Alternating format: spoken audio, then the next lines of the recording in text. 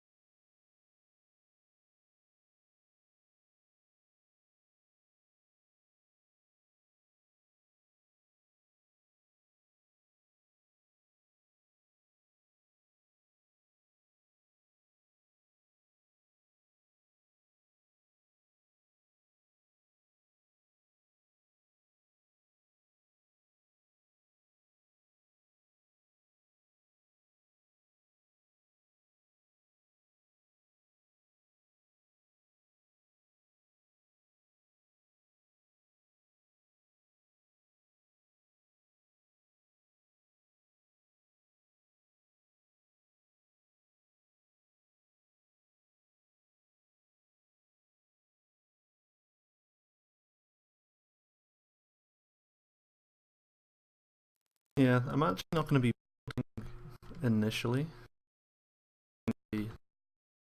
I'm basically just going to be shaping a bit of the land, putting down some trees, bits and pieces like that, just to see a little bit more of a uniform style across all three claims. So goes the theory.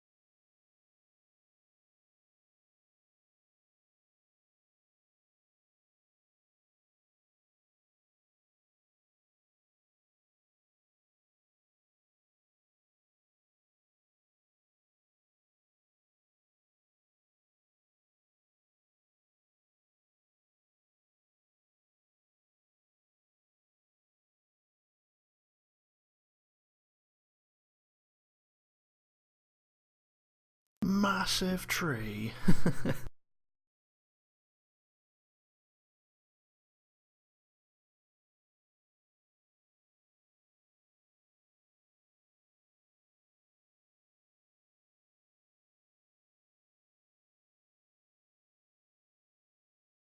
Huh. Cannot put that there. Apparently, though, I can.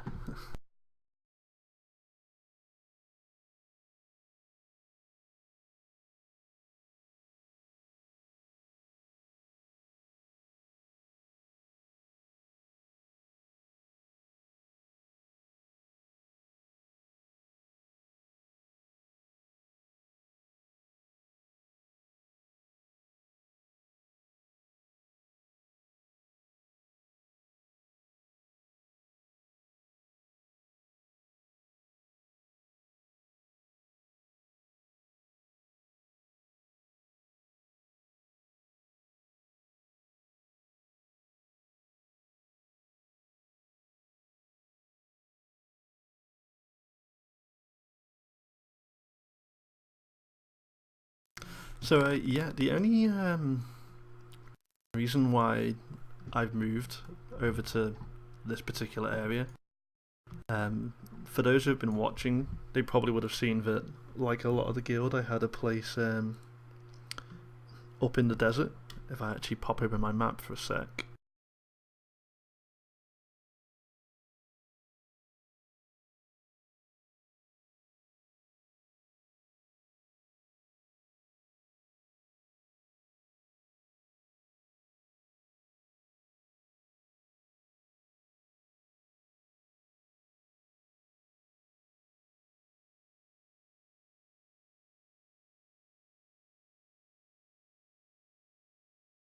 So yeah, the little space that's more or less in the centre of the map here right now, that was where I was, and I was up there with a lot of the guild. Like, you'll see that pretty much most of the claims around there are all the guilds.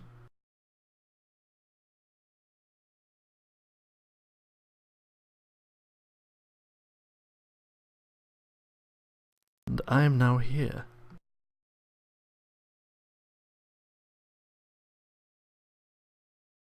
Why move though? Why move, I hear you ask?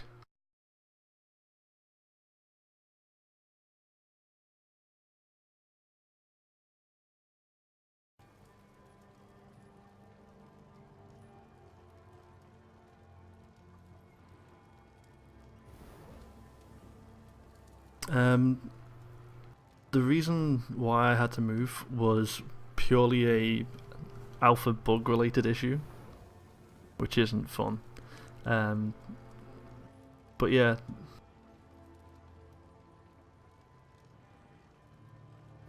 as you can see, everything looks all nice lighting wise. For those who have been keeping track over the weekend and before then, for some reason, now I'm not sure whether it's specific to high-end AMD cards or whether it's just that particular set of drivers that they've been using, but the high-end cards create this lovely sort of lighting glow.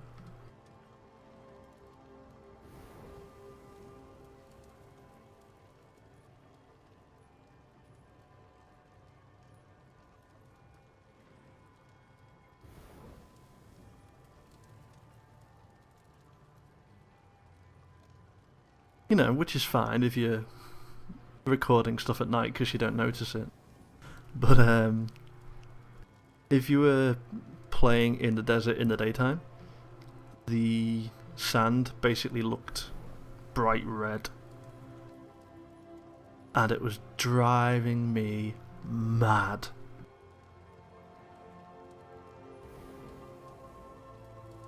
So yeah, I've moved for the sake of my own sanity.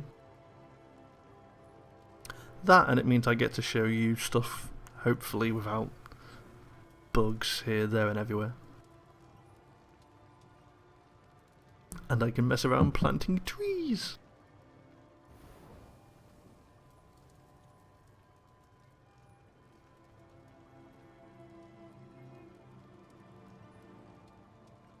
Look at all the plants. Plants for days.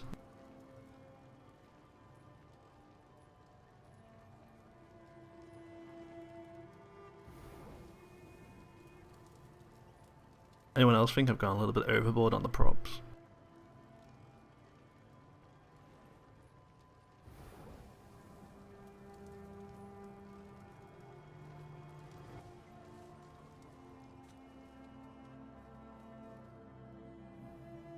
Oh, and yeah, I won't have the claim space showing all the time. I'm literally just doing it while I'm sorting out some bits and pieces.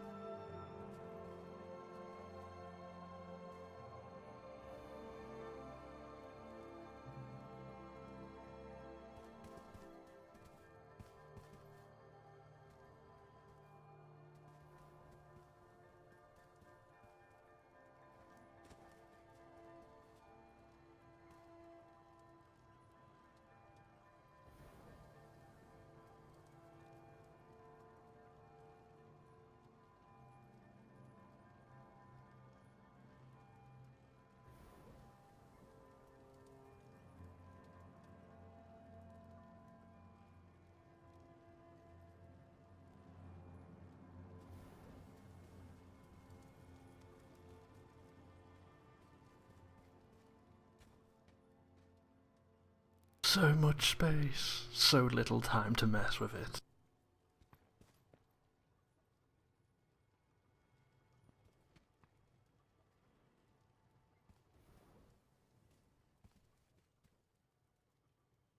I kind of feel like I need to actually craft another decent sized tree. Just so I can park it up on this really high spot.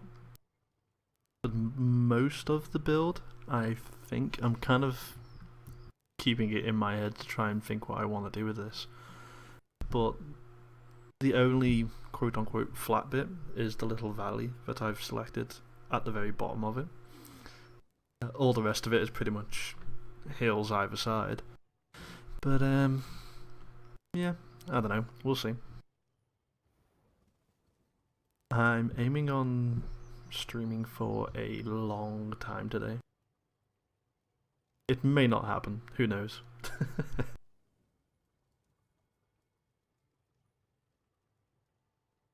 We shall see. It could all go horribly wrong.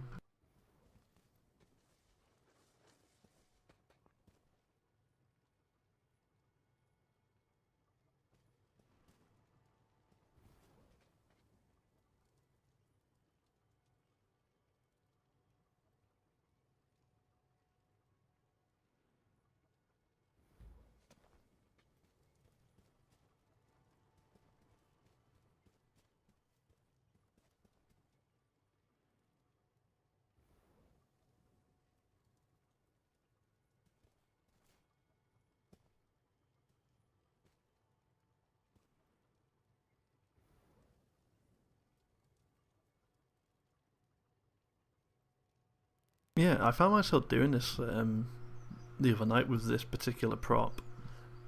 It's like kind of like making it look like a new tree was growing out where an old one has died, kind of thing. I don't know. I just think it looks a little bit different rather than just having necessarily just big trees and just standard looking trees. You can kind of match props together.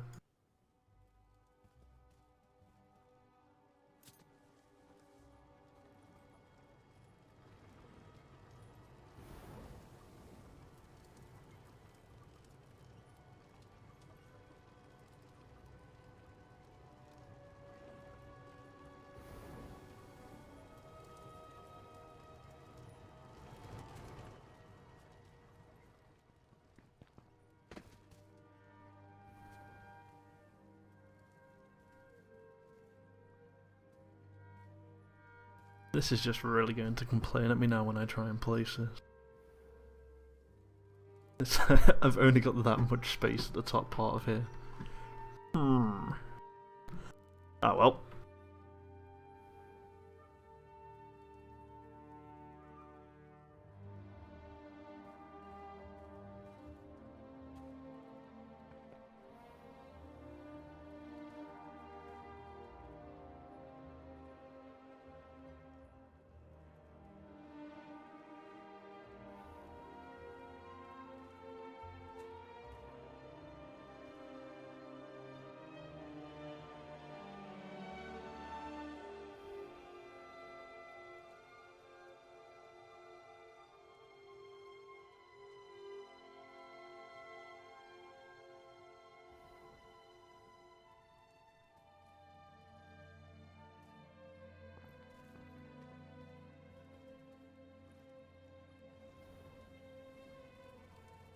Sideways flip for style.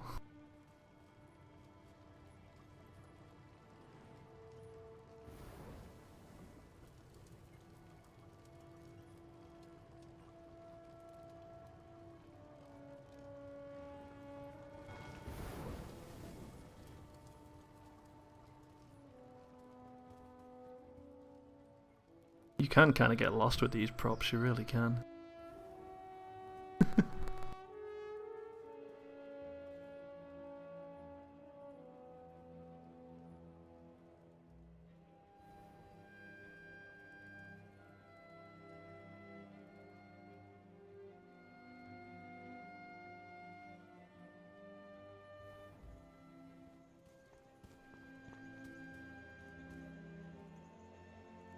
Nice.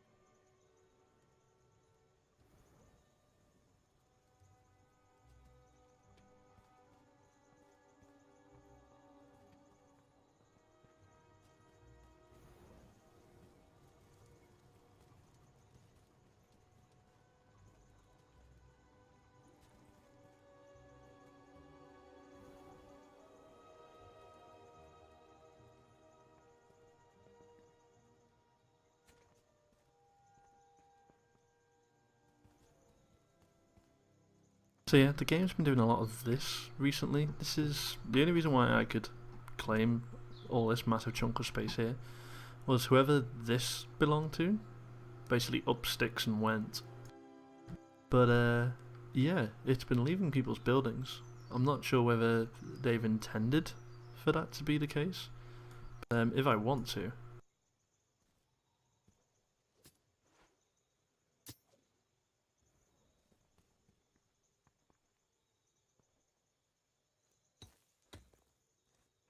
Yep, I can basically just go and start mining the crap out of what this person's building used to be.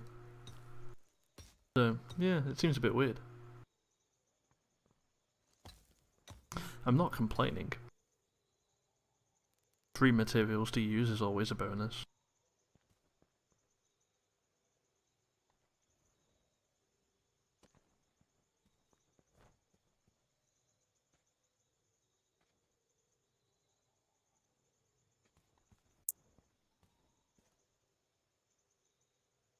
Looks like they had some neat ideas as well.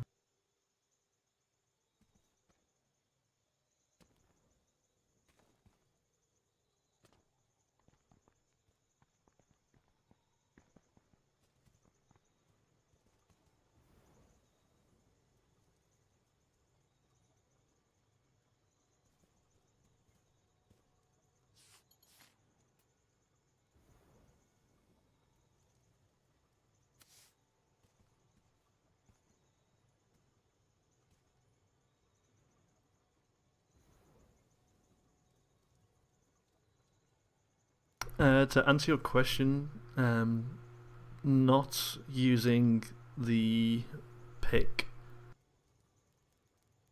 The thing about when you're mining is that if it's inside your claim, you have to use the tools, as in the building tools. You can't currently use your pick or your axe inside your claim. That thing over there is just someone else's. It's not even actually showing as a claim.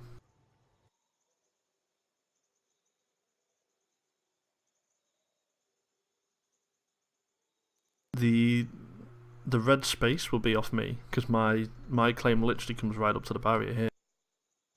But yeah, that space isn't actually showing as a claim anymore. So it's effectively free land, but yeah, it's kind of baffled me. I've only really noticed it today, but others in our guild chat and thing have been saying like, oh yeah, it's been happening. So who knows?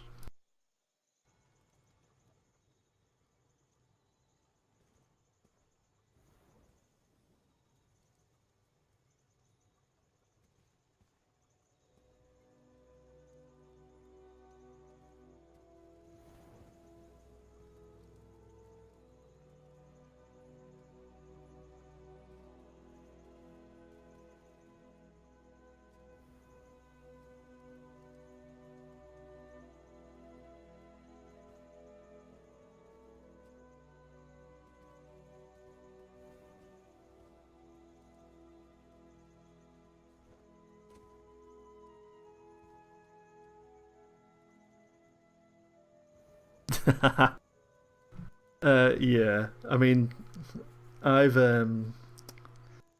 like I say, I've literally moved just because I had an issue with a alpha bug, so I did have a load of buildings and things placed down, but it's like, well, I'd rather have something quote unquote playable that I can also show on the stream, rather than having something that, while it did look good when I'd got to the point of where I was close to have finished the bit I was on, I literally just couldn't get to the point of streaming it because the actual bug just made everything look really bizarre. So yeah.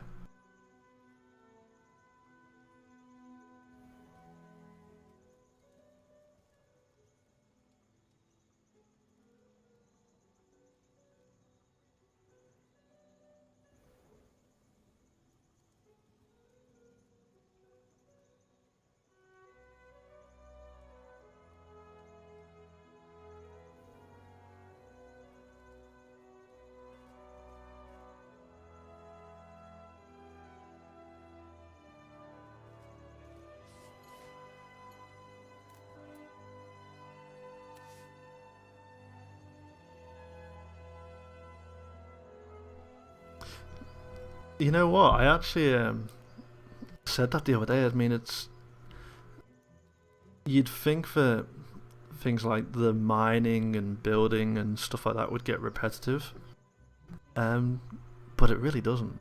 You can kind of just really lose time playing,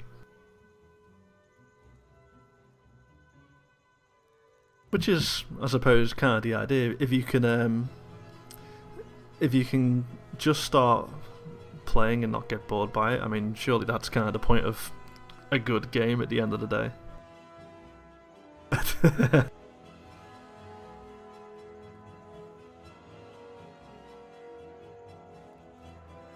And I'm just going to say this very quickly. Wub, as I know you're watching because of what you're typing in guild chat, um, I'm already streaming and doing building stuff. You do that.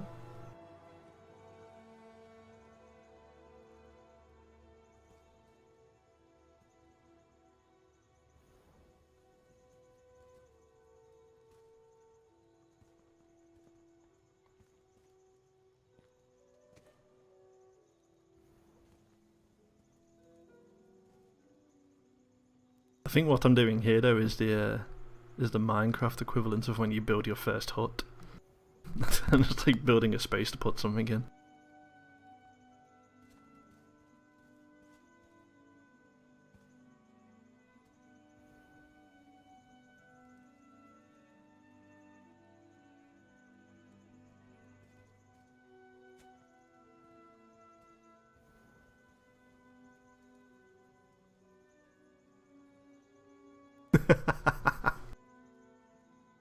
Yes, get the guild members recruiting.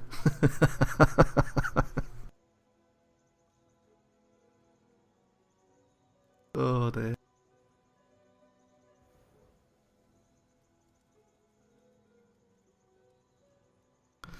Yeah, I do have to say though, the Arcane District in chat, um, I have most of my stuff off a gaming keyboard. So I've already got toggles for mining and all the other bits and pieces on here. Also for doing the voice chat and stuff while I'm in game, just so it doesn't get in the way.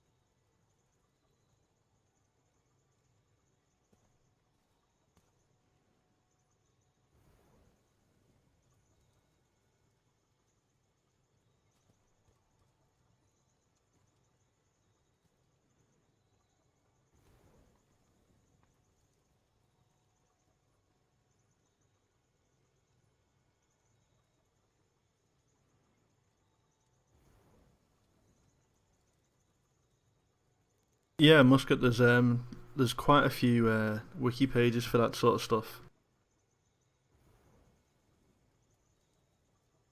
Give me mod power.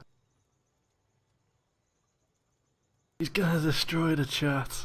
Bwah.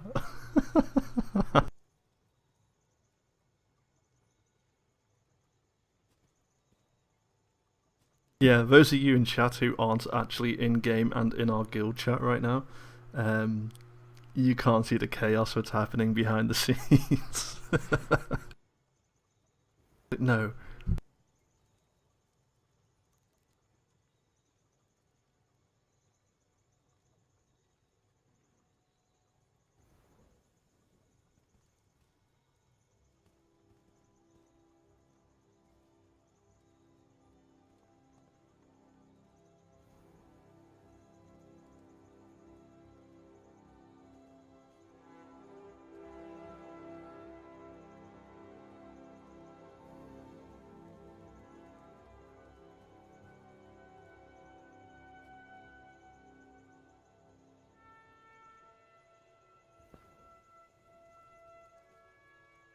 You know what? I don't know why they call that slate roof tile, because it looks absolutely horrific whenever I place it.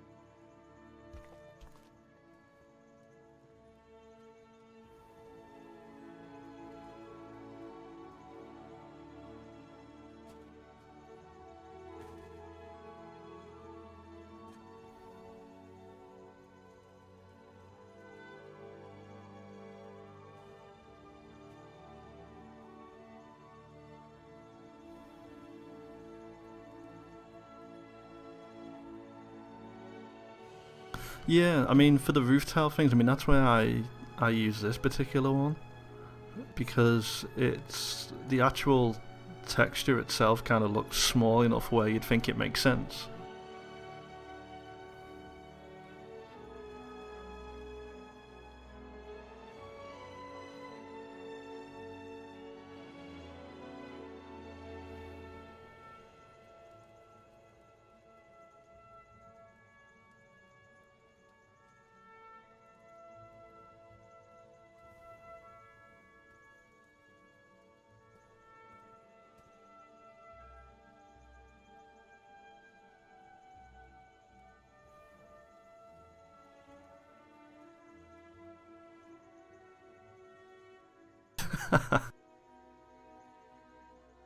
Yeah, that actually came up because mainly because I don't run the guild as such. I kind of support a lot of the stuff that goes on in there. Now I'm 29, and yet I'm apparently one of the younger ones in the guild. How that happened, I don't know, but I'm not complaining.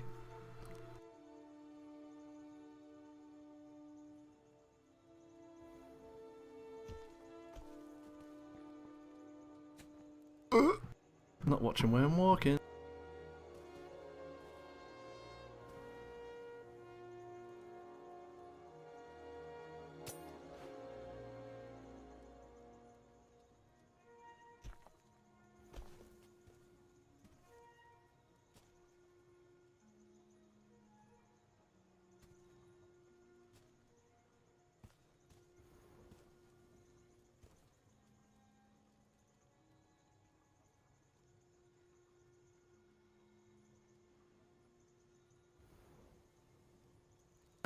The Arcane District, they're doing it, at least for the lore side, they're kind of doing it in a very similar way to what they've done with the likes of the Star Trek films recently, where they're kind of resetting the lore.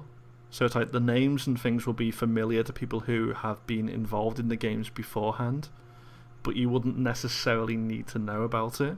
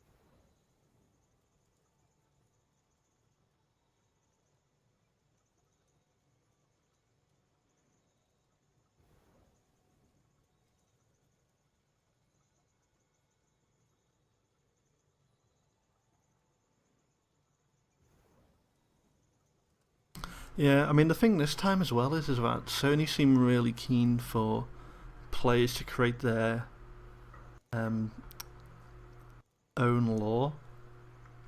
Now, by that, what I mean is that certainly for Next, not so much for Landmark because they're kind of going to let players do their own thing in Landmark, but for the idea of the story and stuff in Next is that players themselves will have a very big and direct impact. So a lot of like the actual world and things that will happen in it will be because of what players do.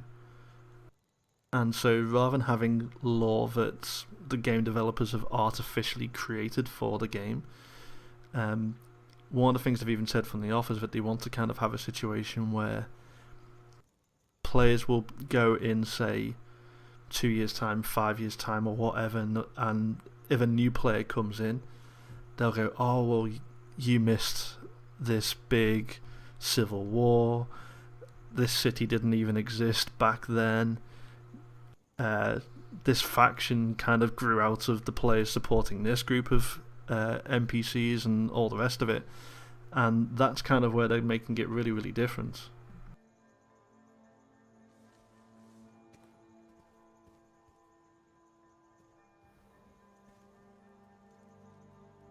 And as a storyteller myself, that's really got me quite interested in a lot of what they're trying to do with the game.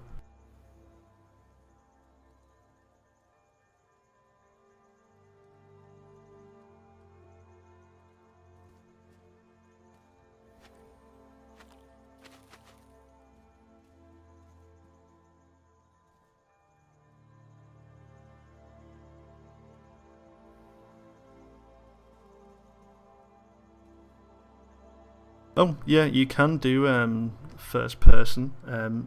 If you hold down shift and then use your scroller on your mouse, it'll zoom in and out, like so.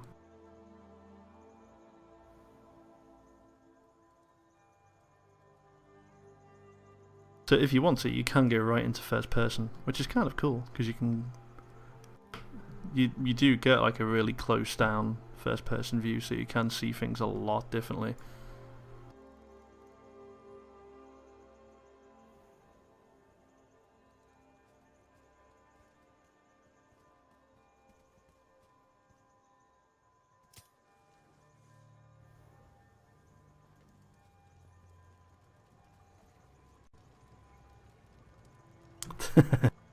Yeah, the camera stuff and a lot of those sort of things, again, because it's alpha, they haven't got a proper tutorial as such in there right now, so most of that stuff is figured out by word of mouth usually.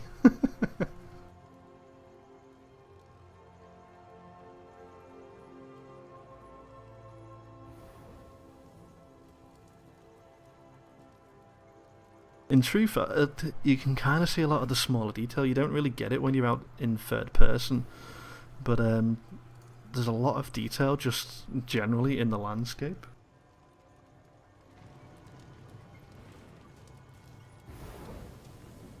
So, you know, there is all proper grass, little things growing in there, and a lot of it you kind of miss if you're zoomed out. But yeah, you know. Donkey punching the keyboard.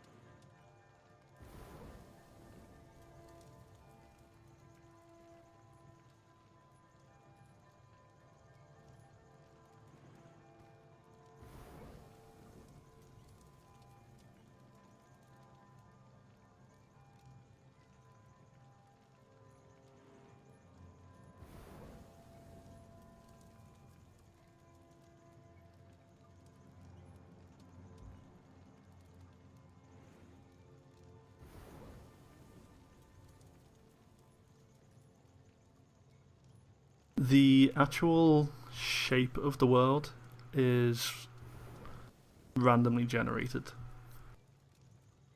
The developers have a say in what goes into that, so part of their back-end code is they'll say they want X amount of flat land, X amount of mountains, and so much of stuff in between, how many trees they want, so on and so forth. But the actual engine itself creates all of that space, including the layers below, or what will eventually be the layers below. Ooh. Hello, Air Walking. Guild members taking over. How does the smooth tool work? With great amounts of stress. That's the best way I can describe it.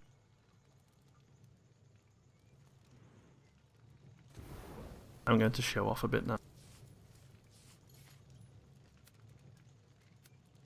Also, Tower of Pimps.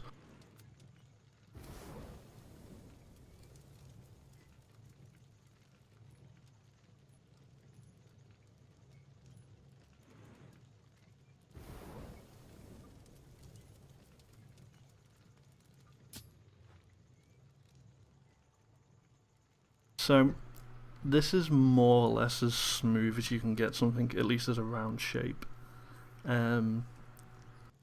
The way that the new smooth tool works differently than how the quote-unquote old smooth tool works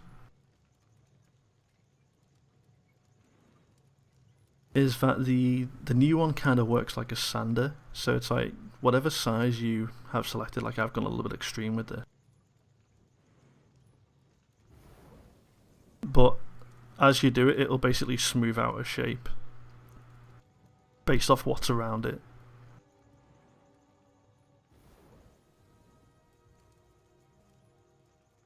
So it did effectively two things there. First off, it tried to keep the round shape that I already had. Doesn't really work because it's going off as an already smoothed shape, so it tries to keep the voxels joined together. But then it also has what they're calling the sanding aspect of it now. So it's gone from what was the original height and it's kind of tapered it into this thinner middle section. Doing it freehand isn't always the best way to do it.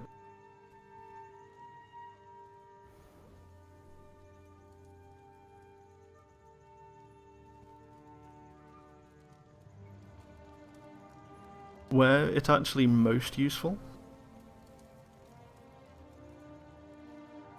if you actually use a smaller size space.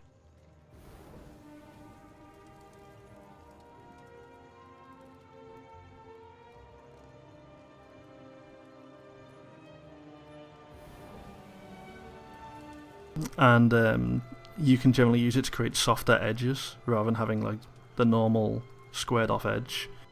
It generally comes out it comes out a lot nicer especially if you're putting a flat surface onto what is already a shaped landscape.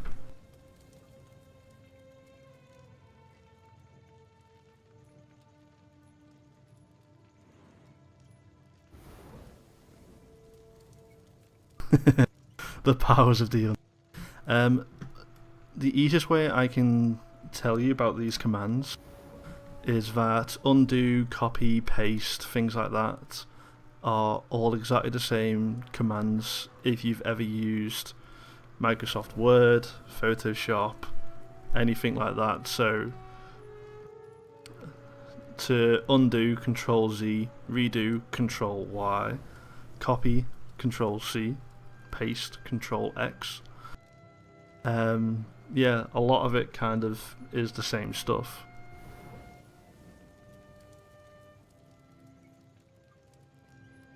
Oh, hang on, yeah. I've got my controls fiddled around there. But yeah, it's essentially that.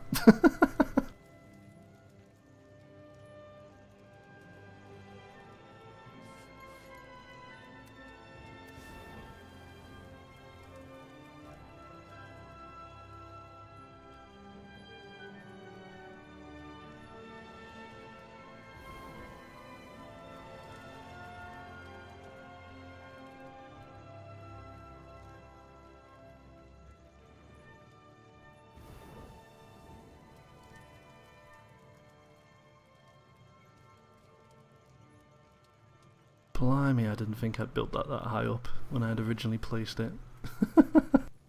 Oops. Ah, well, it's there now.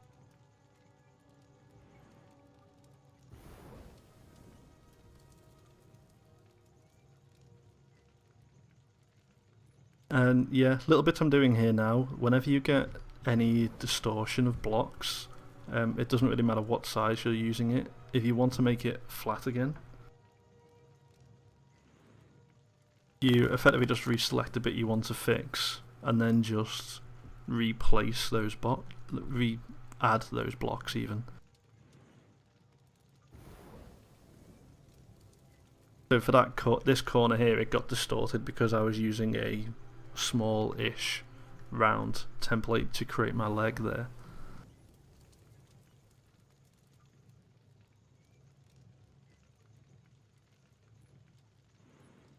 However, as soon as you reapply it, it's just like new again.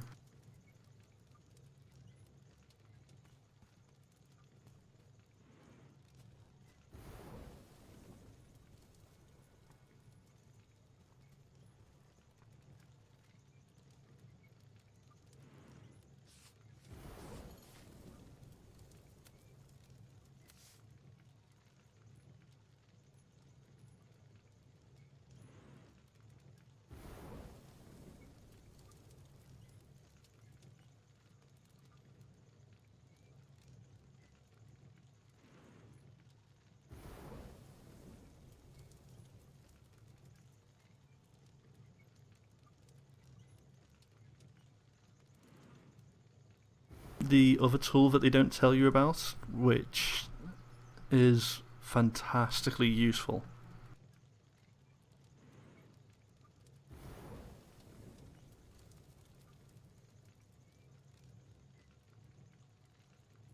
is the picker tool. And the idea of it is you've got textures all around, and if you want to select it, you have a tool active.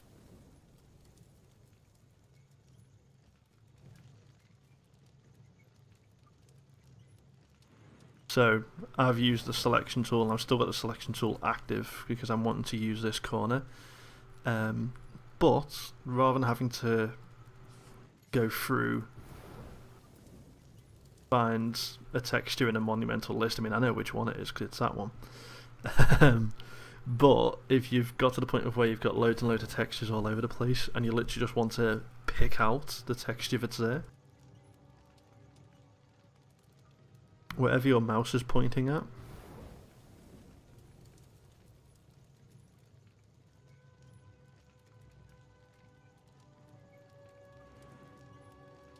ooh, it doesn't like me using that command and voice on here at the same time. Hang on.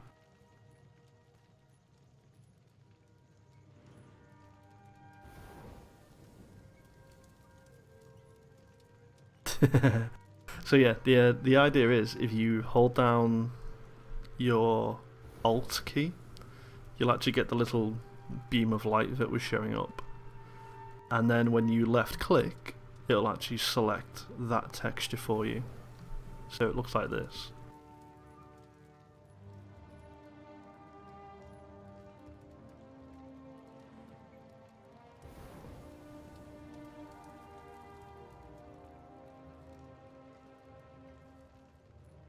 And then yeah, it's automatically made the selection of the texture for me.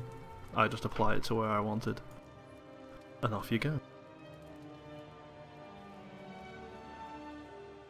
It's quite handy for this sort of stuff as well. So it's like if you want to continue a particular colour that's on the ground, like a particular type of dirt or something like that, to start making a path or something, you can quite literally just walk up to it, have your selection tool active, hold down Alt, left click, I'll now have that sort of rocky texture.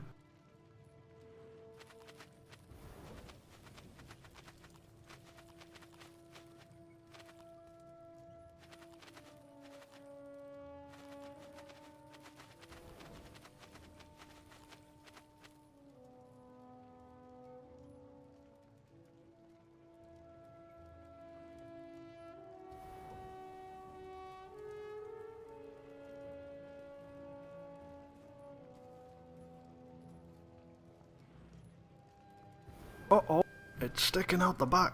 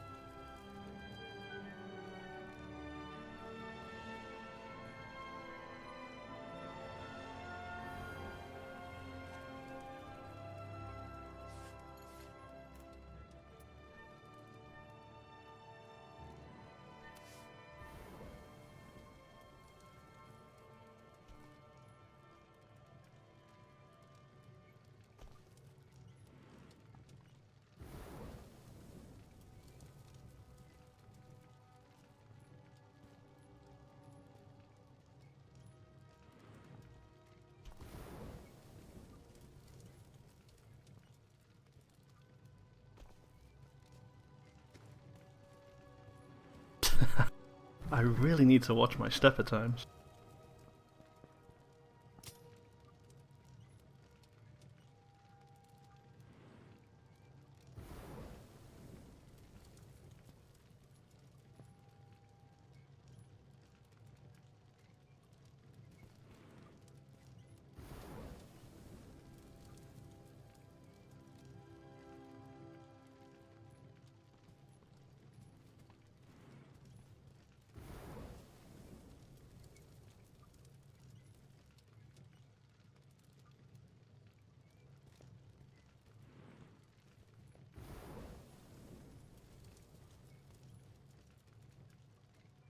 Right, got it right first time.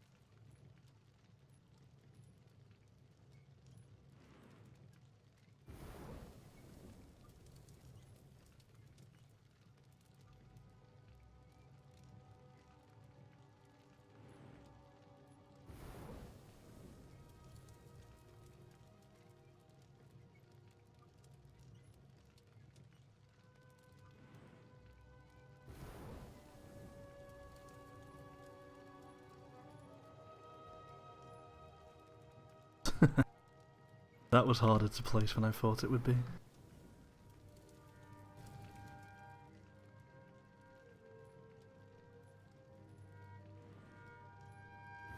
I need to decide what sort of front to put on this. I might do it around the rock.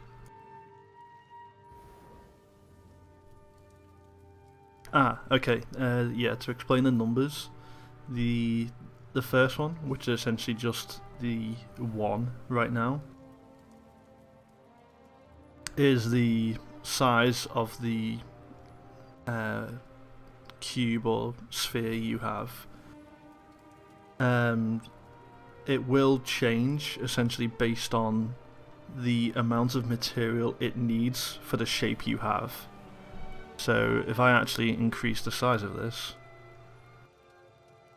that goes up.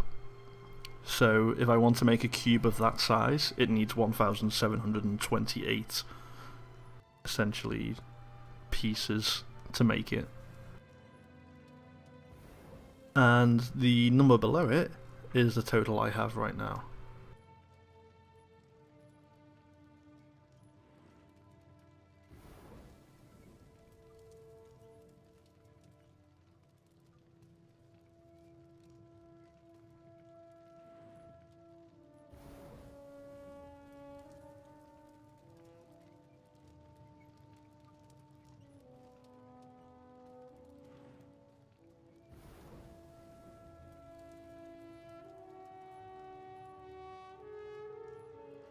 I kind of need this to be a little bit wider.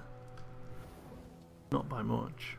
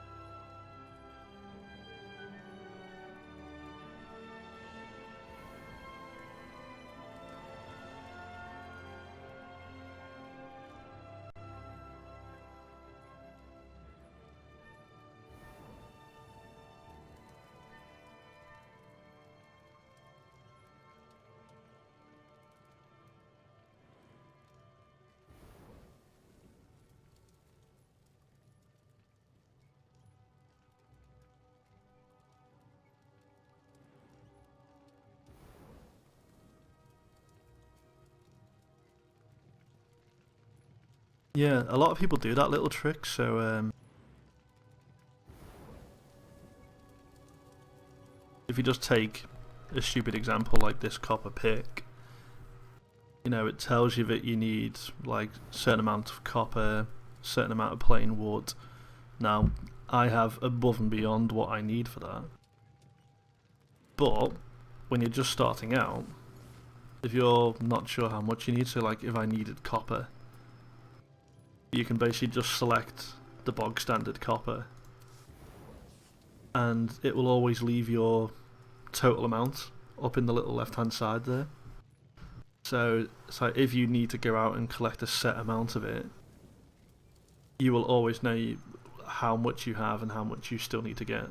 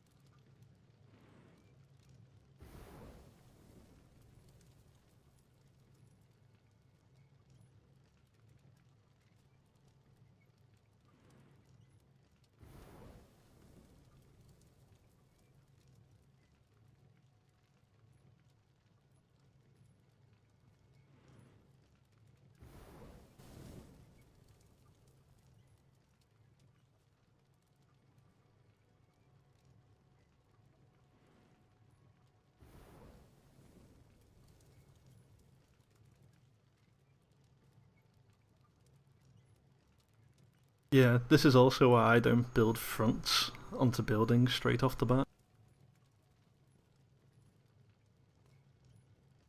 Only because 9 times out of 10 when I'm building them I change the maximum size of them just as I'm building.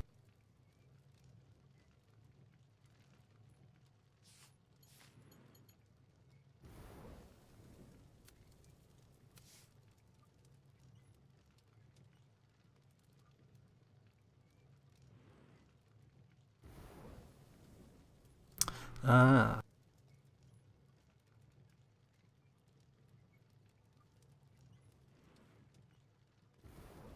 The music, which is rather mysteriously stopped, it'll kick up again in a minute. It's made by, or the actual lead composer is the same guy that made a lot of the music for Skyrim. Not just Skyrim, mind, but a lot of people, at least recently, tend to recognise the music from that and really liked it. So that's kind of why they tend to use that one.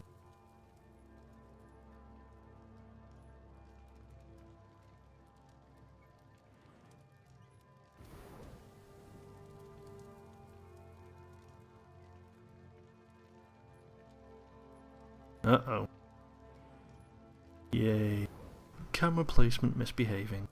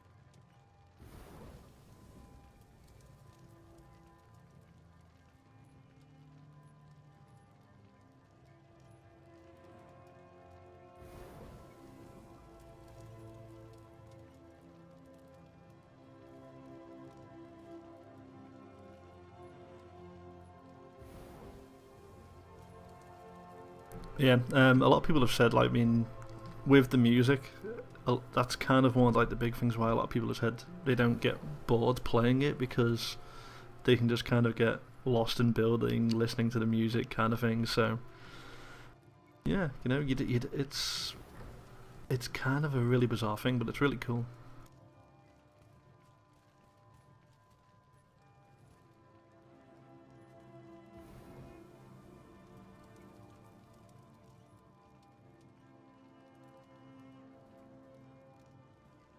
Uh-oh.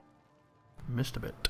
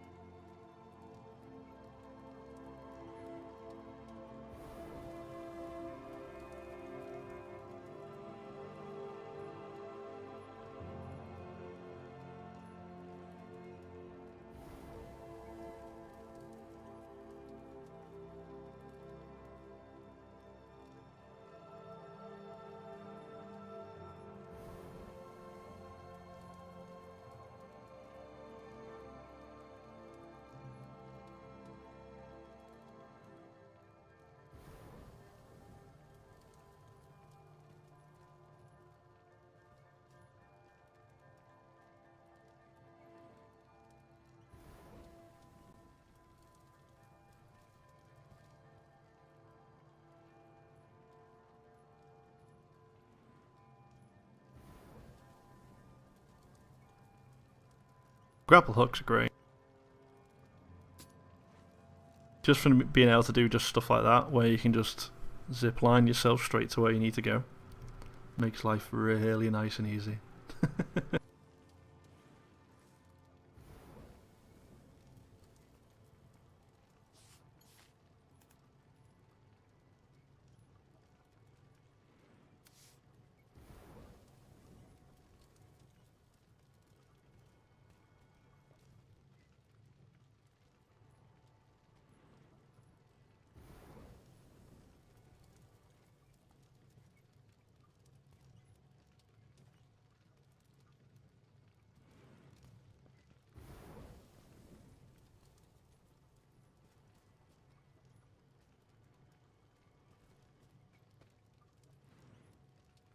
AFK just a sec.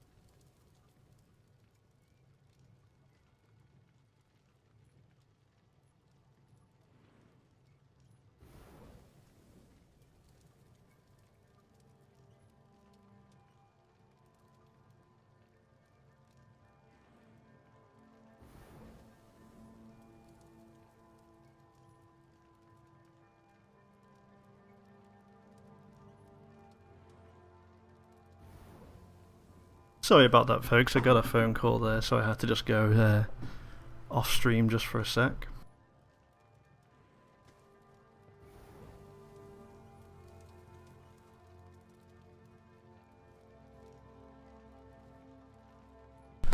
You can literally up sticks to any of the servers you want. When you actually go to the spires, it's like the spawn areas, you can choose to locate to any server.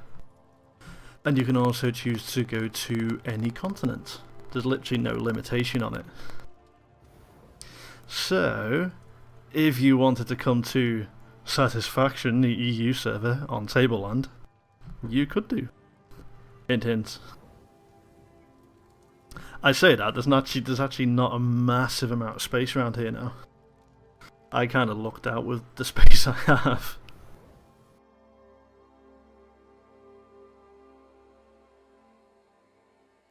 Yeah, so you can kind of see there's a couple of areas of green still left. Not too many, but there's still a couple. A lot of space down the sort of east and southeast edges of the map. Same with the northwest corner.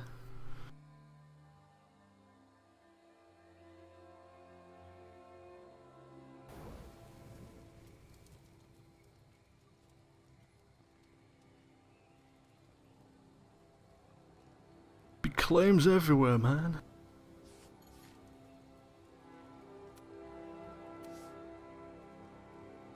And yeah, I am being a little bit lazy in that I'm using a lot of my pre-made templates for making a lot of the smaller sort of props and stuff right now.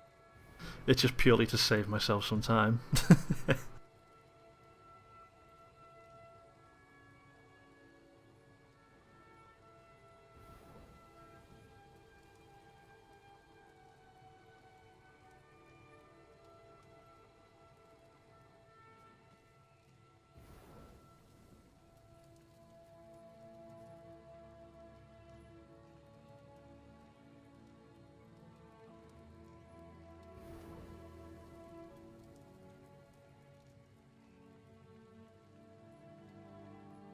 The EU servers are Satisfaction and Understanding. I'll let you guess who's a fan of a certain band over at SOE.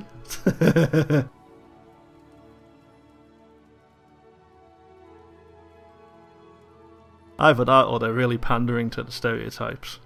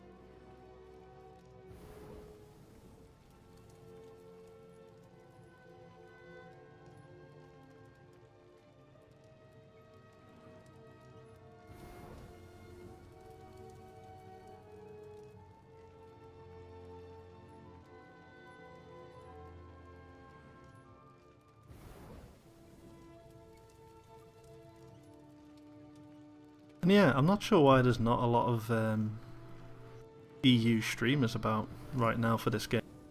There's certainly a lot in the US. Yeah, baffles me a little bit. But hey, I don't mind. I shall take your views.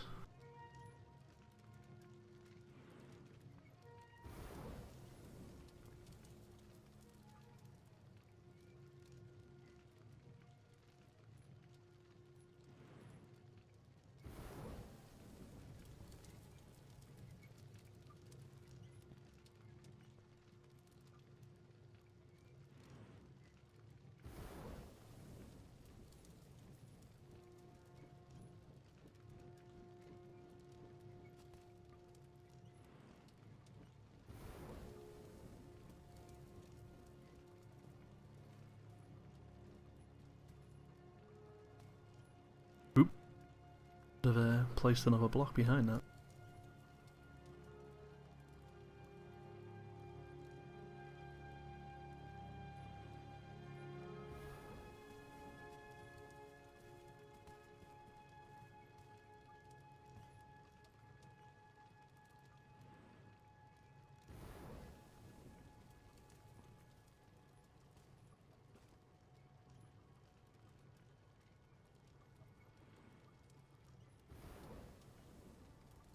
Yeah, this is the supposed dirty little secret in terms of voxel smoothing, is that if you don't have adjacent blocks to what you're trying to smooth, it'll just smooth out into nothingness.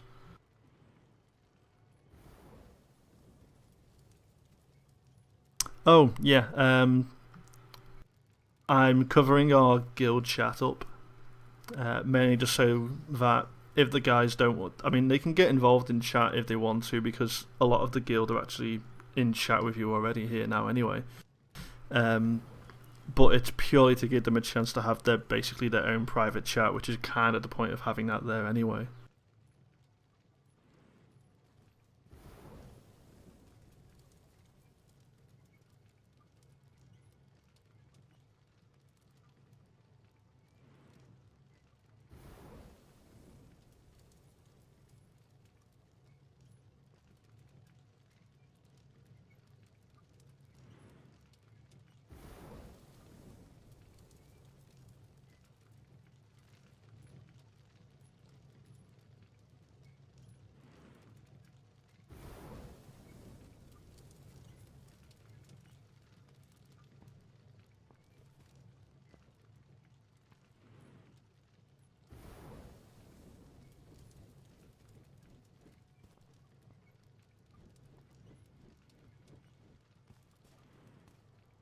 Yeah, essentially that I'm doing really, really quickly on here, that is pretty much where you get the power of the smoothing tool from.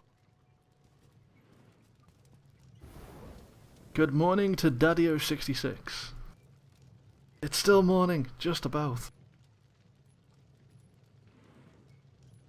And I still haven't woken up yet.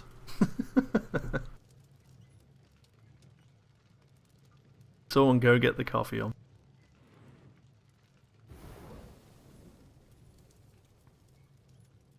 And the one problem of it is that the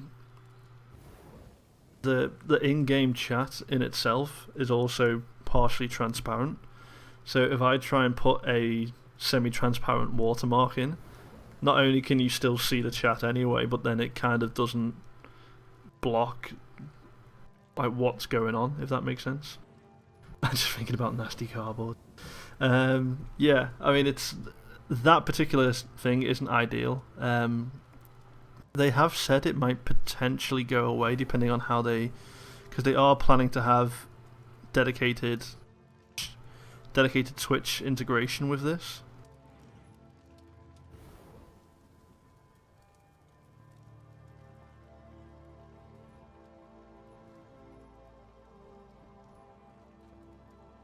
And one of the things they're thinking of doing for that is to actually have the in-game chat bar to be able to filter out what people can see for that if you're streaming. So it wouldn't matter if I had guild chat or anything like that up in-game anyway. You'd just see the semi-transparent background of the chat area, which would be nice. But until then, it has to look a little bit messy.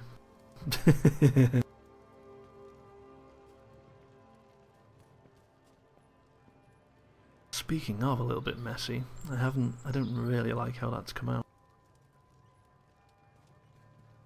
I may actually just keep this as steps.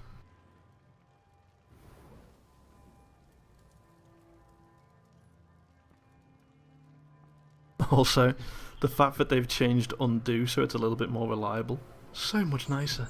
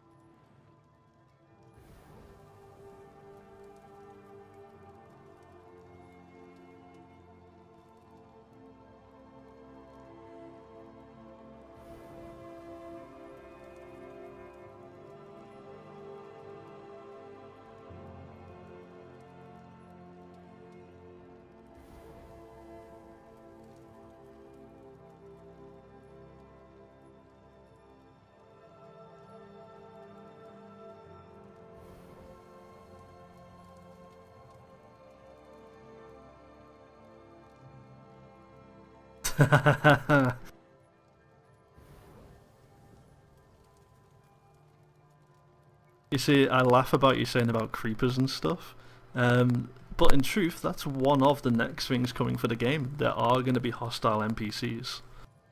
It's just that they're not implementing that sort of stuff until they've got combat and stuff working in the game. So you'll basically have combat, full damage, hostile NPCs, and yeah, so you know all that sort of stuff will be coming. I don't know whether they'd be able to do something like a creeper. I'd be surprised if they don't, though.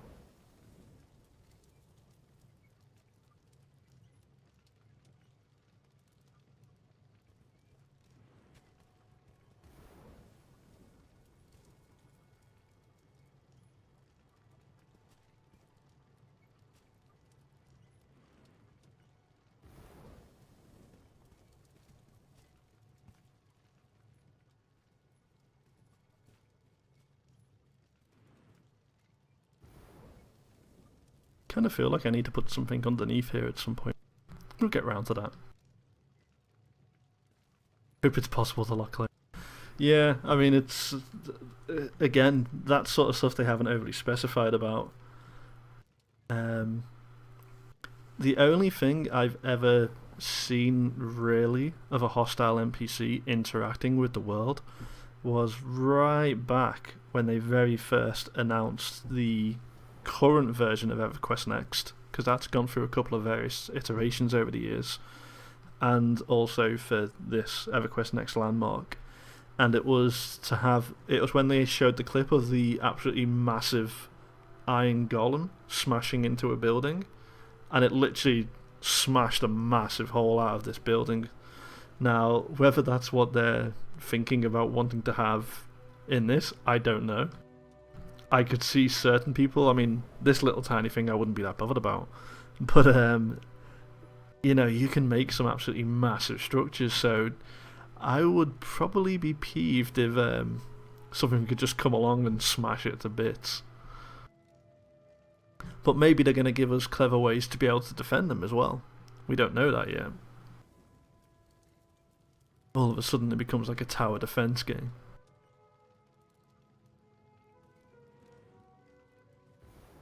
Yeah, they kind of showed that. I mean, they called that I want to say they called it the Chomper. But then again, it might just be because I've been watching too many Plants vs Zombies videos recently. But yeah, well, in truth, if anyone's actually seen the most recent Plants vs Zombies Garden Warfare thing, where you can actually play the little Chomper, the version for Landmark is kind of like that, but bigger.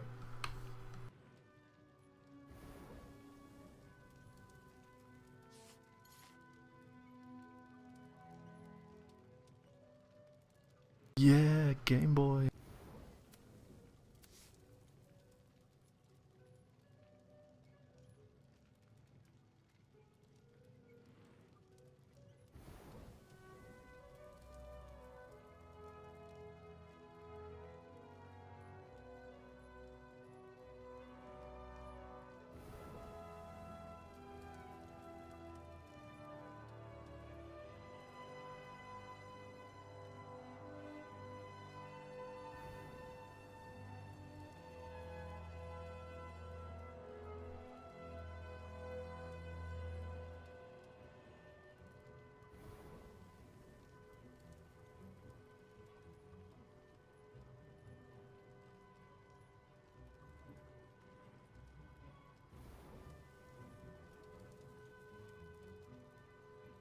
Sweet.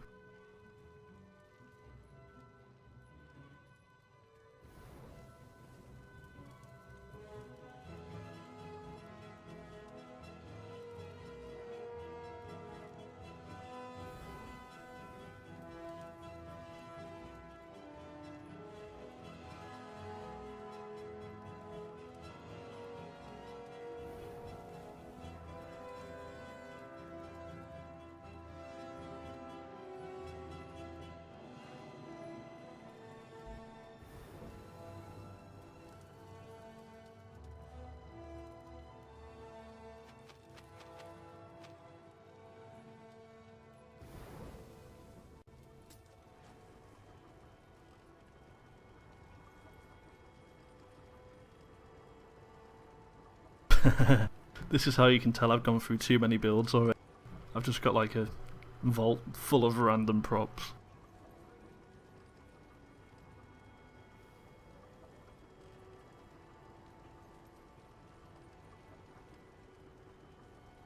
Not sure which way I need this yet.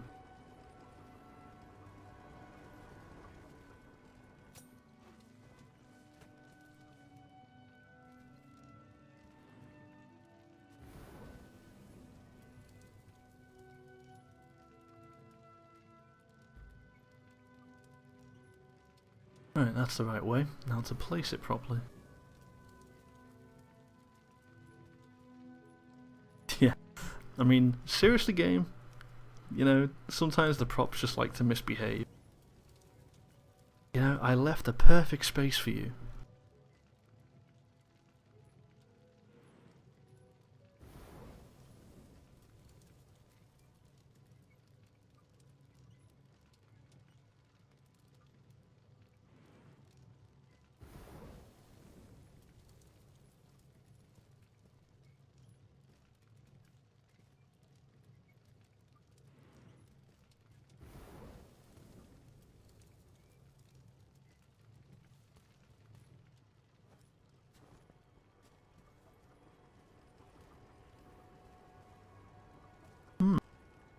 Definitely does seem to be some loading issues over on that side of the world at the minute. It's a little bit concerning.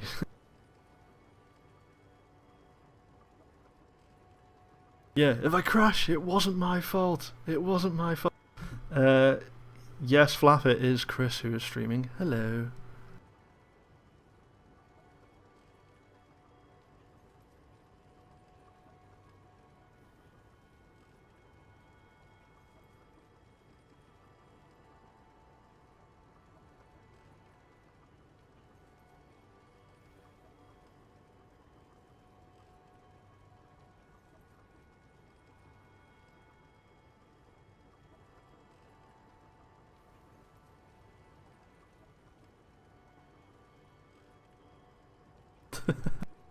Props, props and more props. My god, look at them all. Extra claim flags.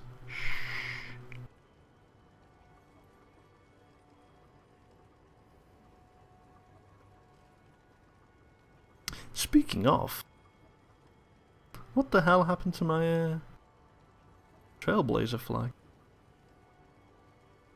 Ooh.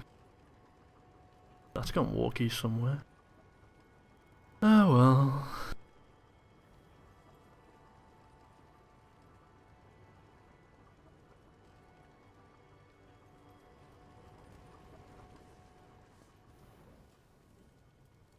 That claim flag, that Trailblazer flag, probably sitting around somewhere.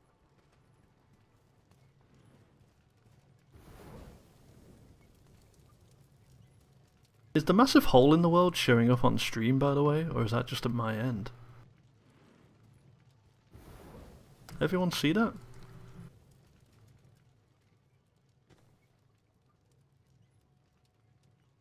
How weird is that?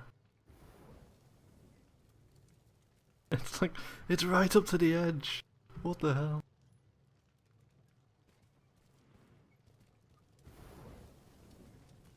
I'm doing well, Flaff. How's things with you?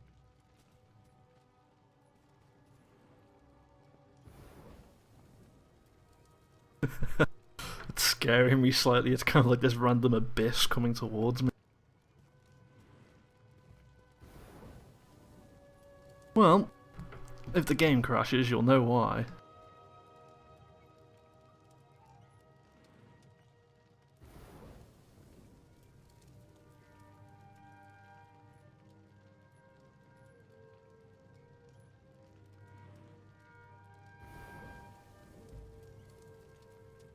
God. Props. Bloody hell.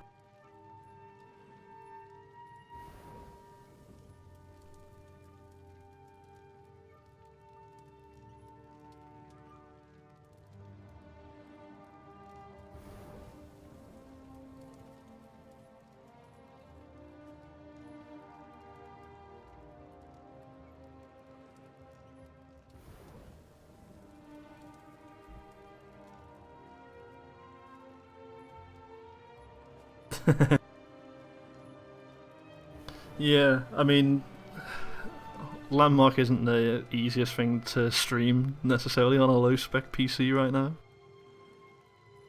I mean, mine is still dropping out a little bit, but yeah, it seems relatively stable.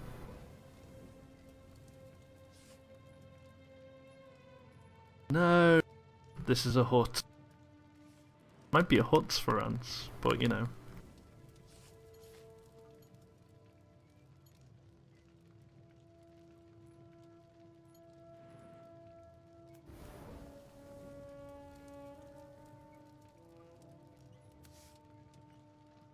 Ooh, do you want to see something potentially go horribly wrong?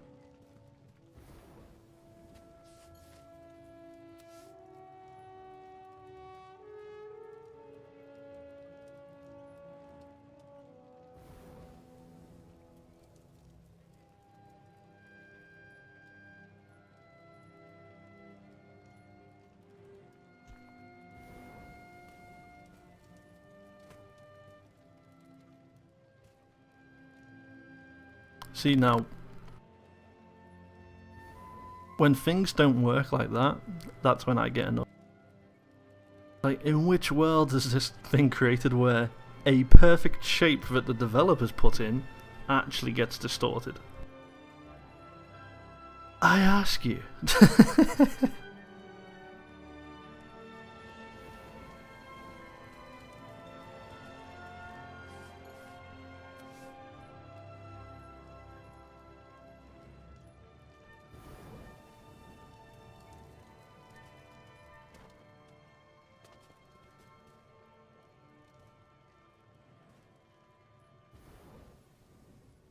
Look at that. It's like he planned it.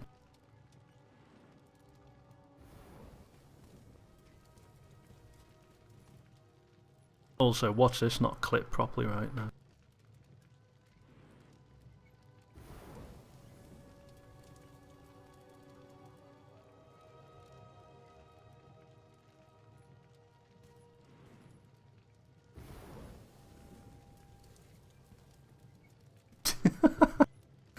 Gee, thanks game. Just what I always wanted.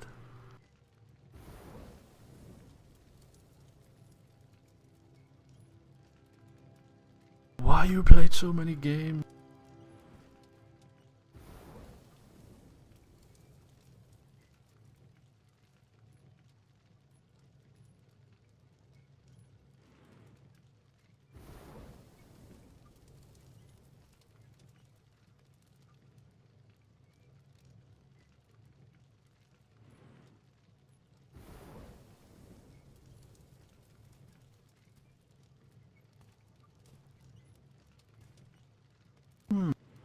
At least it clips out when you actually place it over.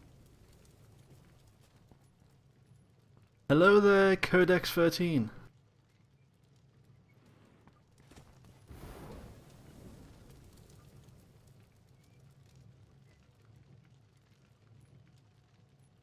It's essentially to whatever the proportions your claim space is. And for that, at least for me to explain it, I'm going to hill.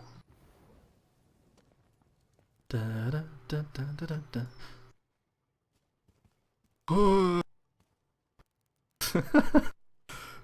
That's getting quite large, that random space. That seems like the game just doesn't want to load properly today.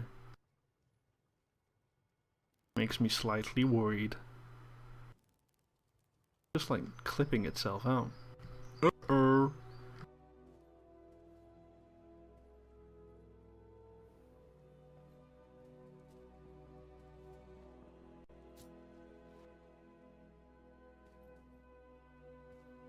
So yeah, essentially any of the space that you have to build it within...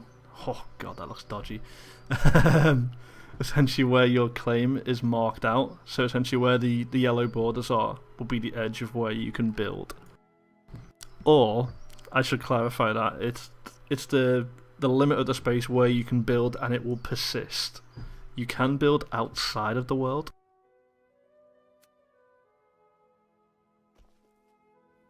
So if you wanted to, you could just start building outside of your space. But it's essentially one, anyone can then destroy it, and two, if you just leave it, after a time it will effectively be consumed by the world. So when the world goes through and refreshes itself, because again, it constantly regenerates what happens under the world, what goes on around it and stuff, and it heals itself up. So things like that would potentially be destroyed. Not necessarily, because sometimes, and I have done this in other claims as well, if you had a claim space and then you move something in that claim space and then pick your claim up and move, sometimes any changes that you made to the world in that area will persist.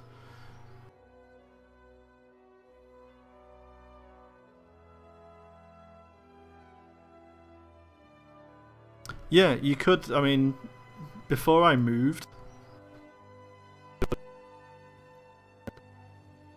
before I moved to here, so yeah, before I moved into this area, I had 2 claims stacked on top of each other and one off to the side. But there's nothing stopping you from stacking all 3 of them on top of each other.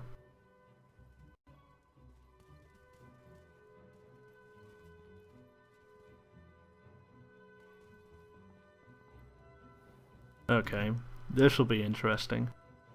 I need to go over there, which is where the big hole is.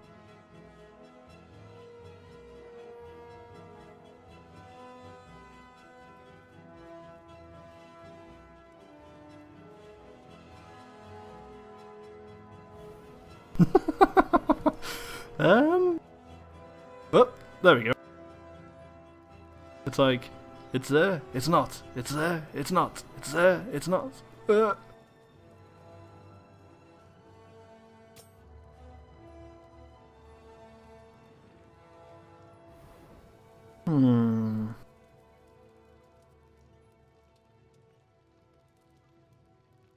Just give me a minute, folks, because I'm just going to very quickly log out of the game just to let it reset. And I don't trust it not to severely make something go badly wrong if I just let it carry on running. So yeah, I'll be back in a moment.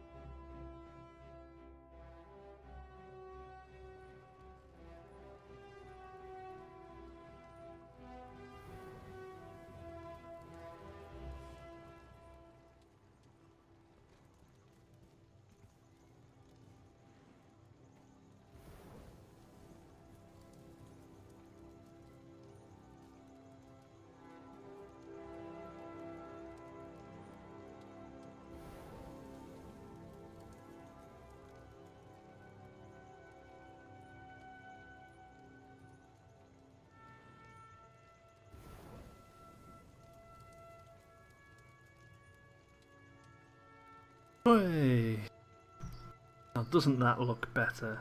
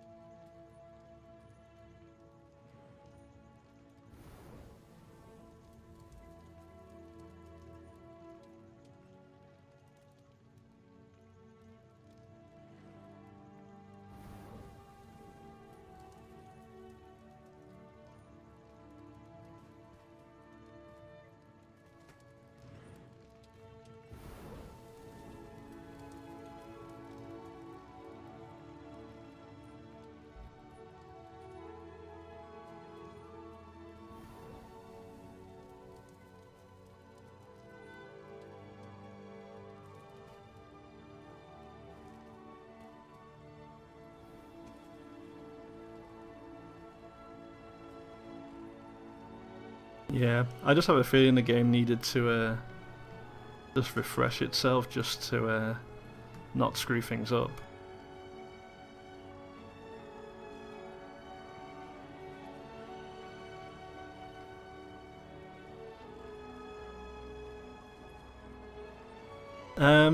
I did have both flags at one point. I still have an absolute bucket load of the Explorer one, but my one and only Trailblazer one seems to have mysteriously disappeared on me. I still have the Trailblazer gear, but as for other stuff, yeah, I don't know.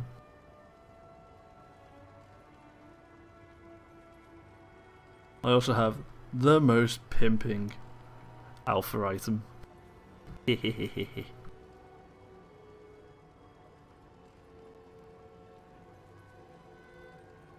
The fact that they've changed the grapple cooldown slightly on this kind of means you can just kind of pop yourself here, there, and everywhere with it. It's a really fun thing to mess with. Shame it's not going to be here for too much longer.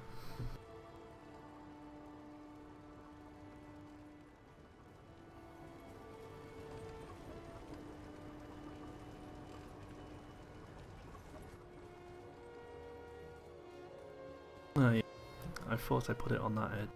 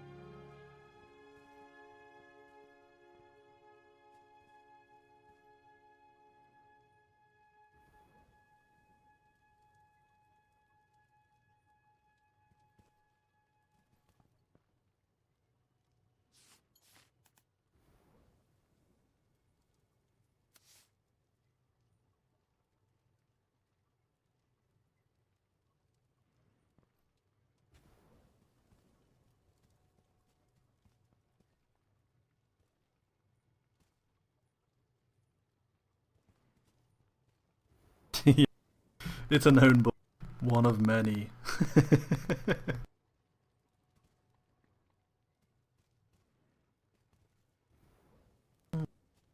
I kind of want to go a little bit round this tree actually.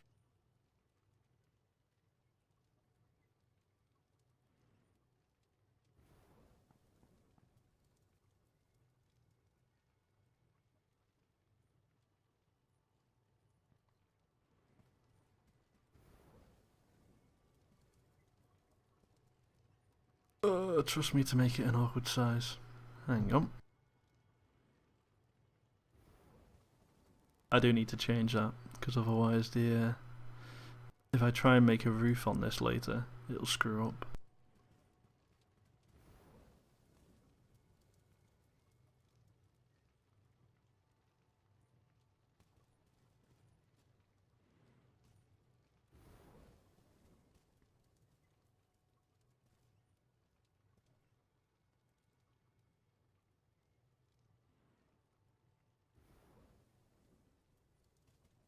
Yeah, that's better. 40 by 60 on the main bit.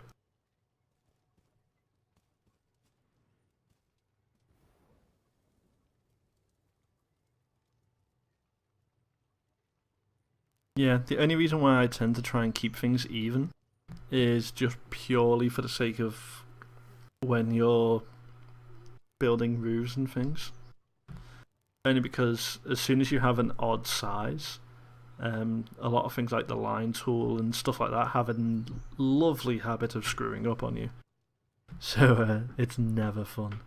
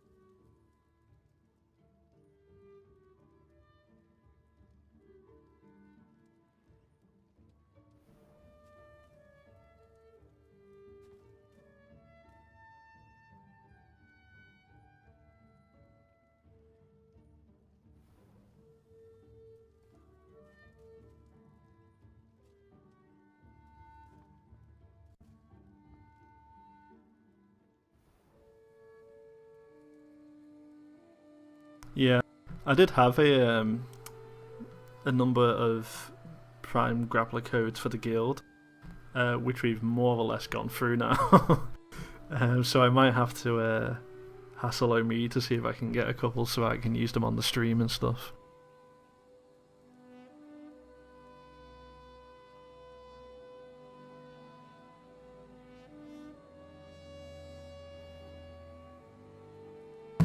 To only have the number of followers that Geek Domo would have as well.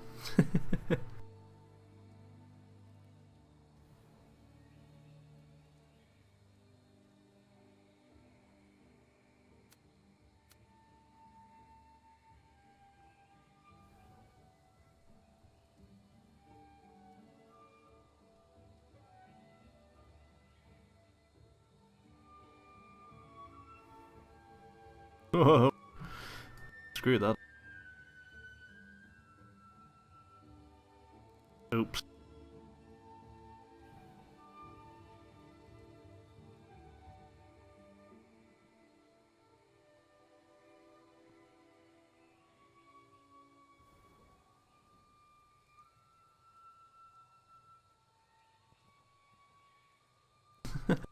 It wasn't my fault. Yeah, I mean, in truth, there's a load of servers now, but a lot of people are kind of truncated around certain areas. But the one thing that a lot of people miss as well is that right now everyone's kind of on a single layer. So like the main problem you've got is that every single continent they release, everyone has to basically make something more or less on the top layer. Whereas the idea going into live is that each continent itself will be bigger, but then you'll also have the proper layers to the world as well.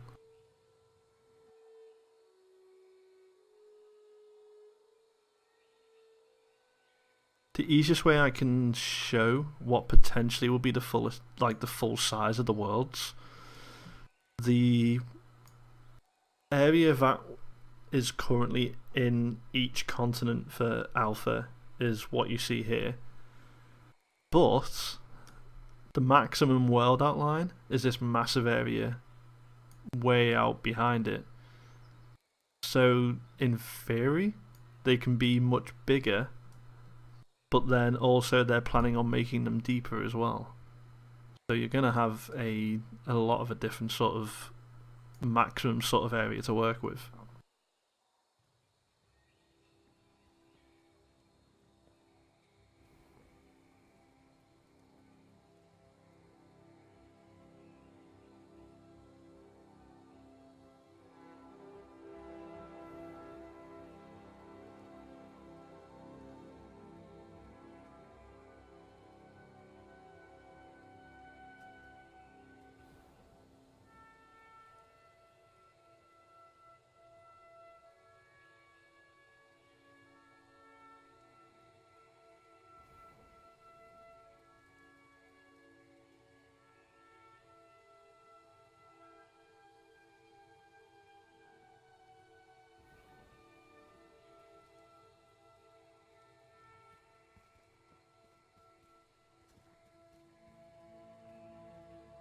Hey, I actually got the right height first time.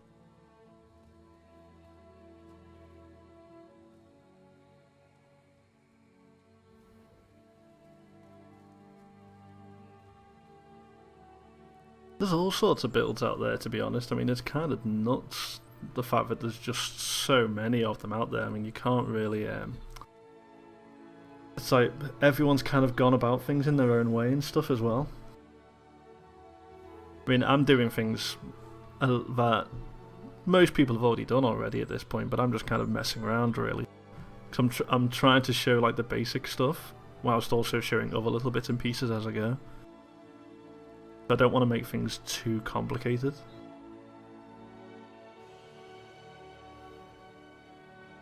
I could, but I won't.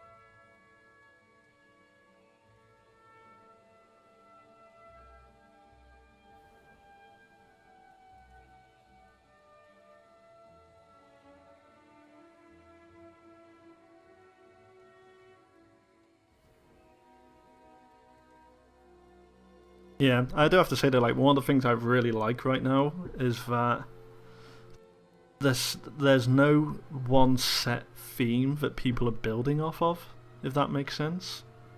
So some people are like building villages and temples, castles, that sort of thing.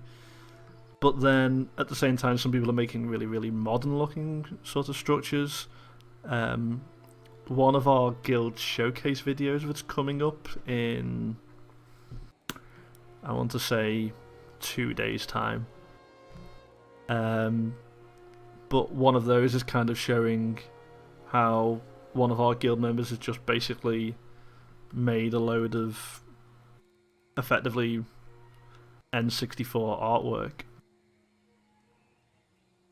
And they've just basically done Mario Kart just on a flat wall. It's great. But it's kind of one of those daft things. It's like no one really kind of anticipated that sort of stuff. Again, one of our guild members actually made our proper big guild crest. Tier 9 made it. And that thing was the entire height of his claim. And he did that because he could. That's kind of the best thing I can say about the building tools in the game, is that if you want to make something, you can do. There's no real limitation on it.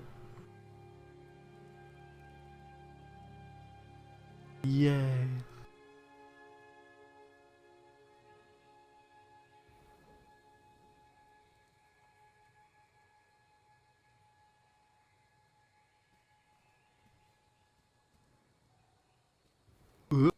I thought I'd judge this right. Maybe not.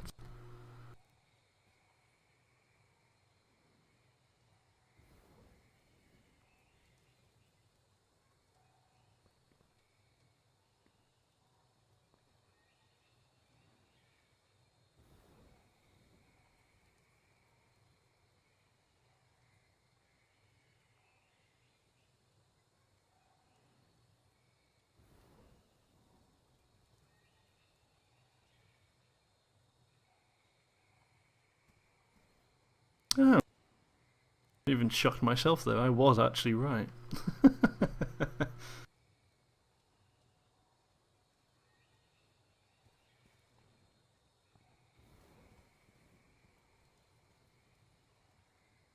Yeah, all like those sort of like just so many different builds and stuff out there.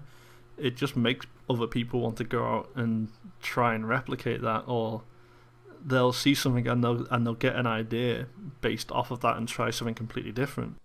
I mean, one of the live streams I did last week was I was making an absolutely massive giant stairwell, and that was based off a slightly different video I'd seen of someone else making effectively a diagonal single arched stair.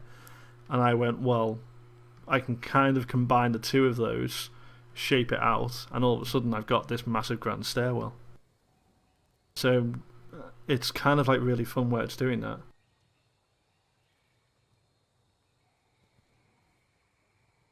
Um, the one thing they haven't massively specified to answer your question there, the Arcane District, they yes and no. There isn't gonna there is and isn't going to be a limit. Um, the way that they kind of want it to be,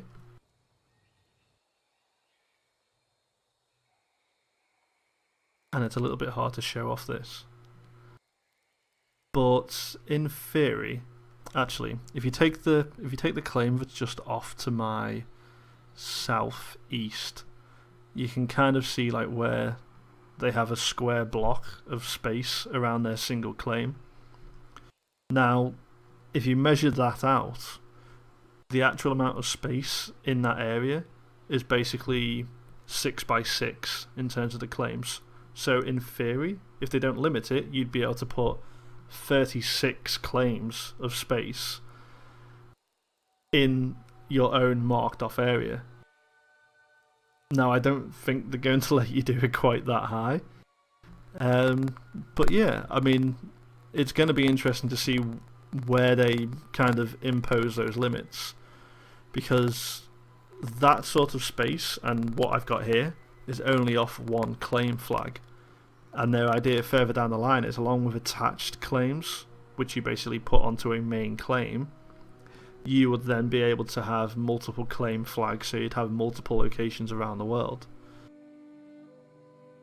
So yeah, it's kind of one of those that's it's still in flux with how they're doing it, and that they're basing it based on how players are playing through the alpha right now.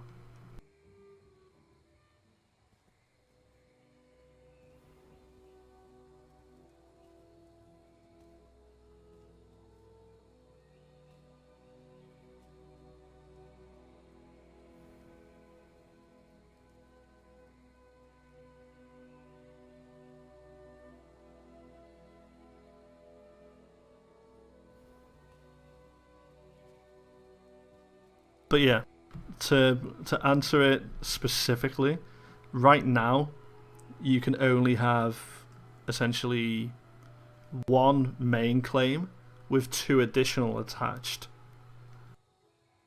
and they physically snap to your claim.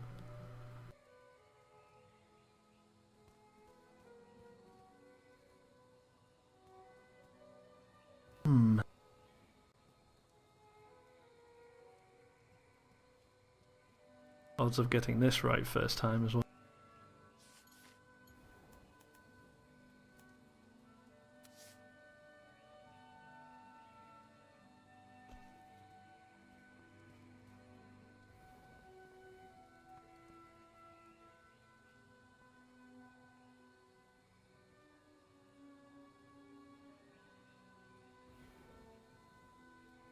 Come on, game. You're not agreeing with me today, are you?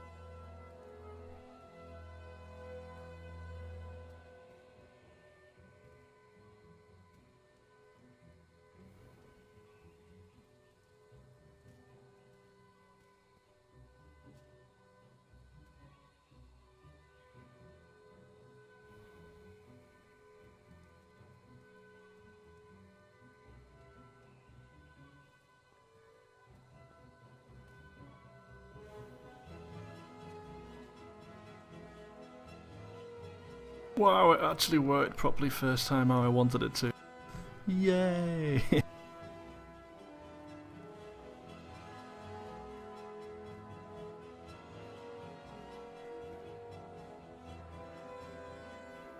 Now this is where it can go wrong.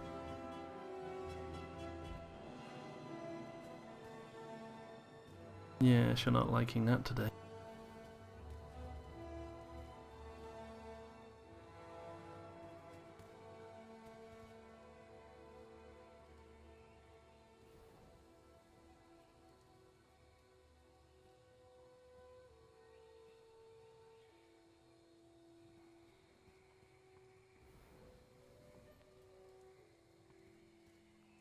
Wow, you're being stubborn today, aren't you? Yes, don't mind me, I do talk to the game when it misbehaves.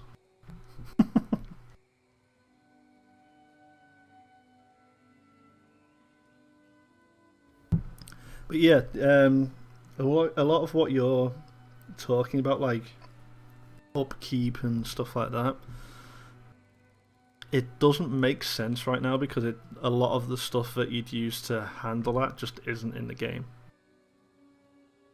I think, at least my own opinion of it, a lot of that sort of stuff will probably resolve itself once they start to have all the various systems in place. Until then, probably not so much.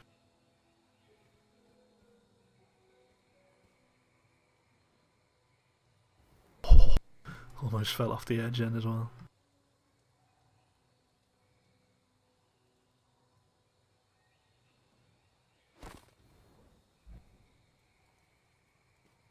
Had it under control the entire time.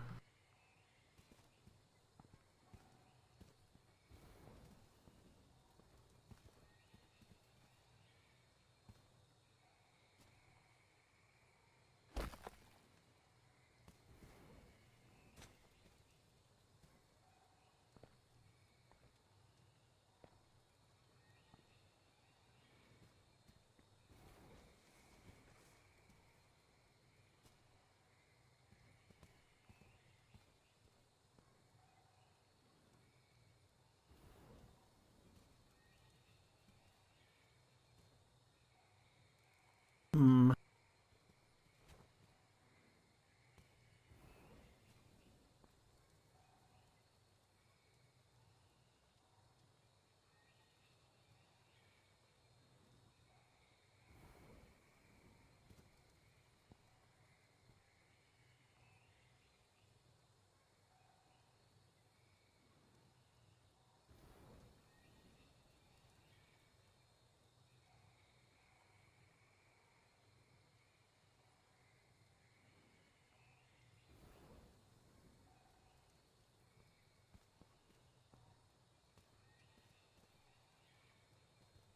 Ah, didn't misbehave when I did that. Why you?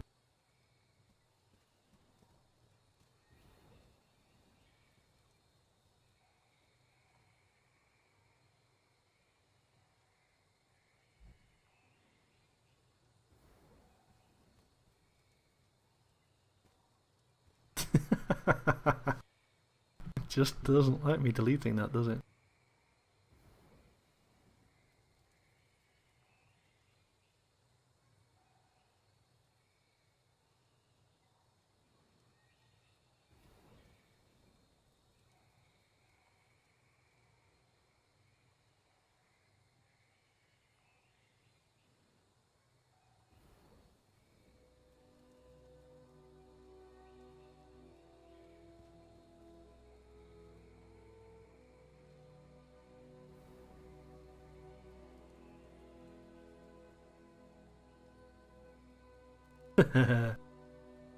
This is also why you should never give up when you're building things.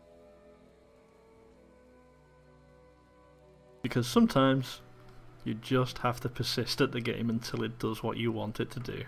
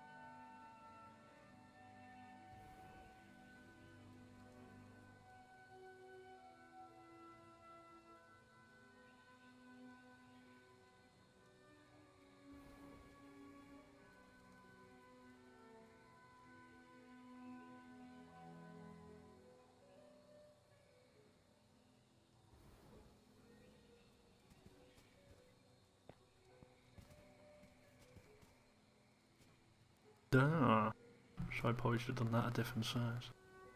Oh well.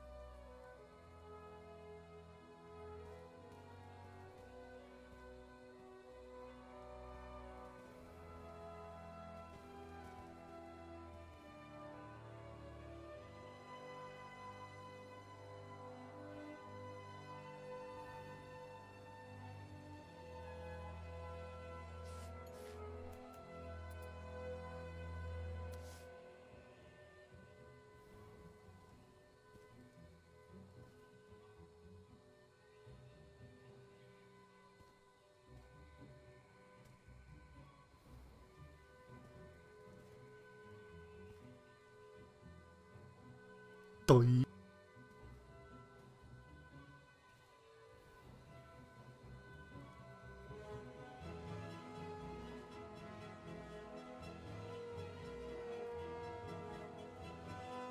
Yeah, if you see me doing daft stuff, even though like I just measured that out and knew I needed a slightly different shape of stair, do tell me. Because I have done that quite a few times now, where it's like you'll start building something, you'll get halfway through it and go, yeah, this isn't gonna fit.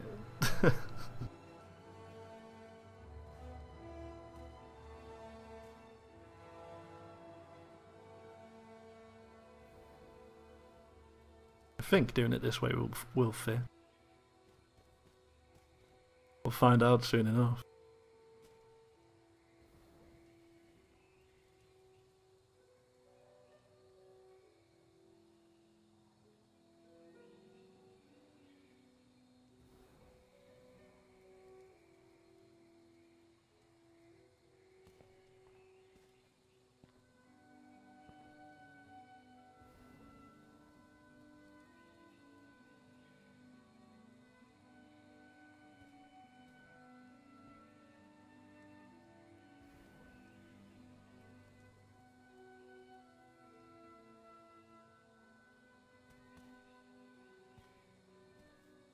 Woohoo!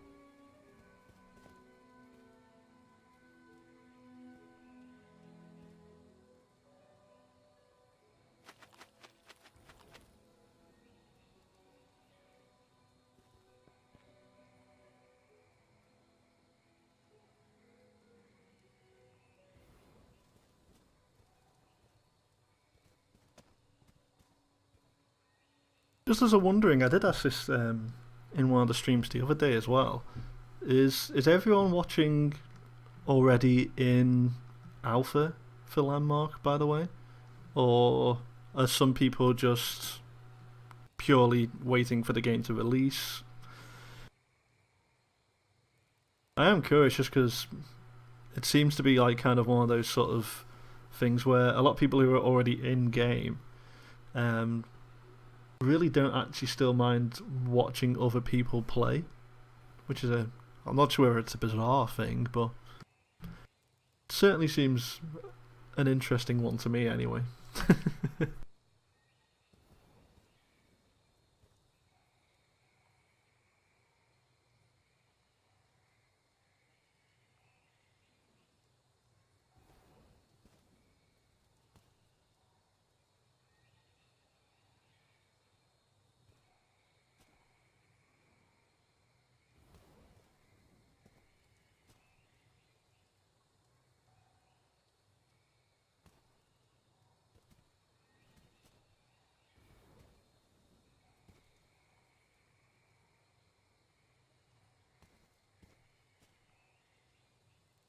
Okay, so it kind of seems to be a bit of a split. Building like mad. Yeah, I know that feeling.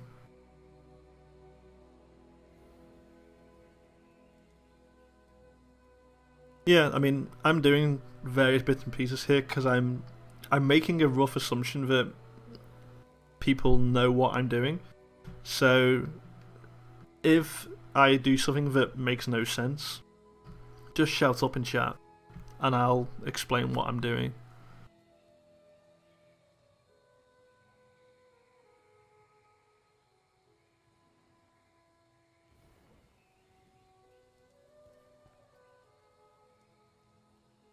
Because a lot of the stuff right now, I'm just nattering away about stuff. I'm not overly explaining.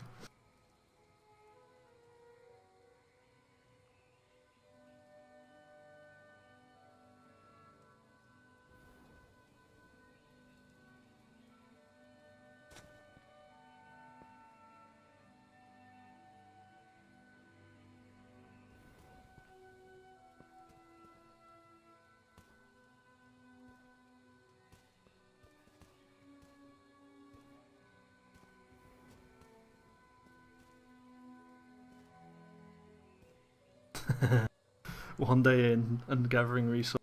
Yeah, I know that feeling.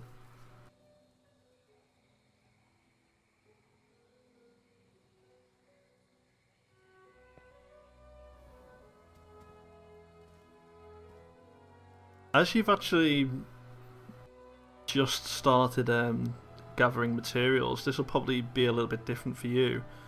Um, but what do you feel about them saying that they're going to sell resources in the cash store?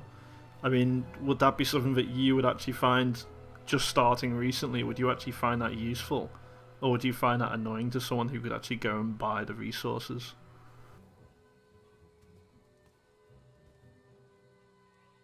Asking them hard hitting questions.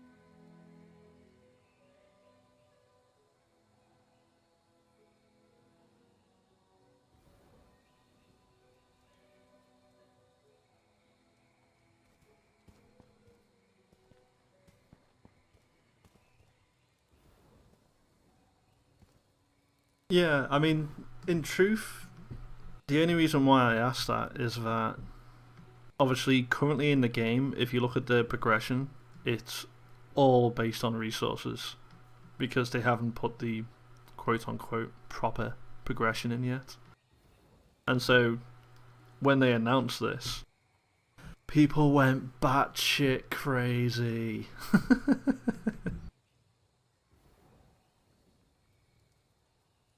But I don't think it's going to actually have a major impact.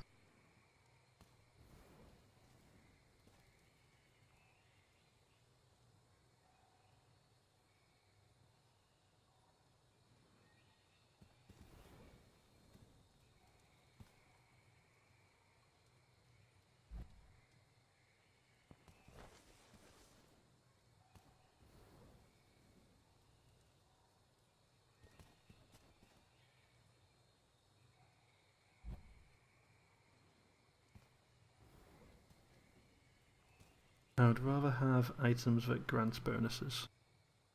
Yeah, I can see that.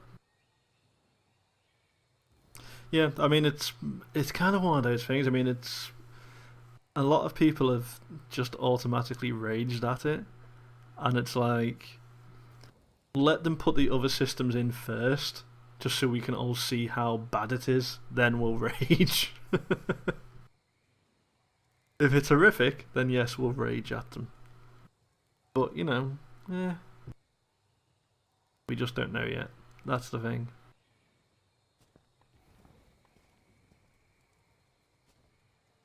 Also, this is kind of the thing when you start doing this. I have no idea why I was building this platform this way. None whatsoever. Any thoughts on what to put here? Building this random space.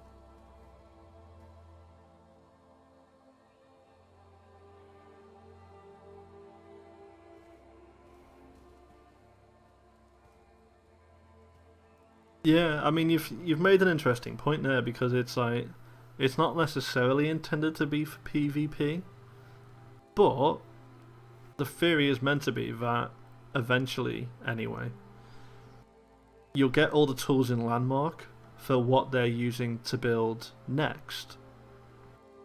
Which in theory could mean you could actually create your own whatever they're going to be calling PvP scenarios. So it's like you could actually have your own little war zone set up with different sort of things going on in the world, with or without NPCs. So it's like, yeah, it's kind of one of those bizarre things.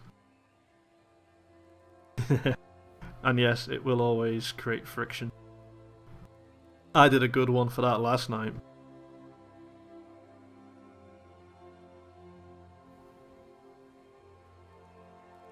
One of the things I try and do is I try to give feedback on the official forums when I get certain things told to me when I'm either streaming or from the guild videos, from our Twitter and all the rest of it. And one of the things I wrote about on the forums last night was how people who haven't played the game are really, really worried about making complicated shapes with microvoxels might be conceived as being too complicated for the average user.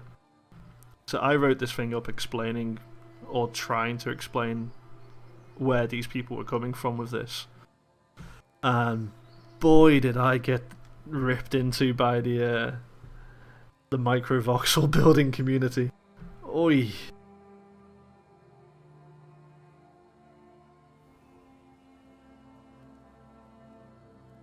It was kind of one of those where it's like, I'm sure I don't need to keep reminding you every time I post in the thread, but I'm going to, is that my own personal opinions are that I quite like microvoxels. The lovely thing down there, all the rails, microvoxels. But yeah, it was just, oh man.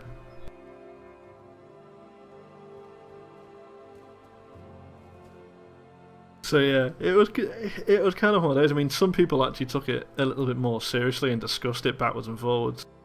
But yeah, yeah, I kind of got the tip of like the little microvoxel all together sort of community group, and yeah, they just went up in arms.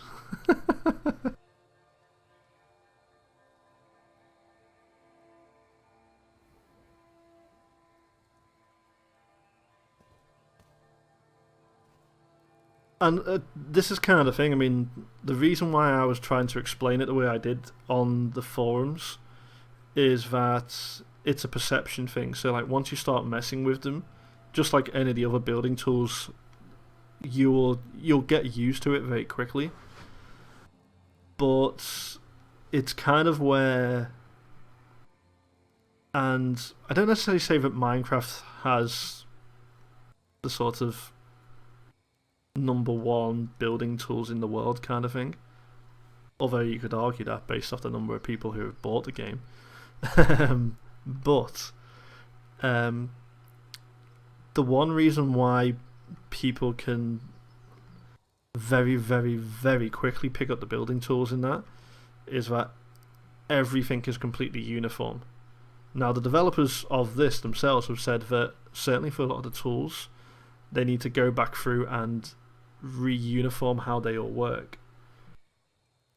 And the only problem people have with microvoxels when they see them for the first time is that it's smaller than this, so it's smaller than a 1x1 voxel, yet it takes up the same space.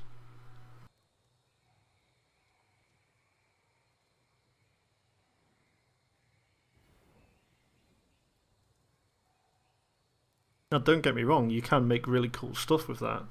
That wasn't the argument. The argument was purely, if you look at it purely from a new player coming into the game, the whole thing with microvoxels, it's perceived as complicated. It's not. It's no more complicated than anything else. It's no more complicated than making arches, making stairs, making circular stairs as well, which I'll probably do at some point in this. But because it's something that looks physically smaller than the minimum thing you can select in the game, it is perceived as being more complicated. And it is to a point. Like, it's a little bit more fiddly to place them and all the rest of it.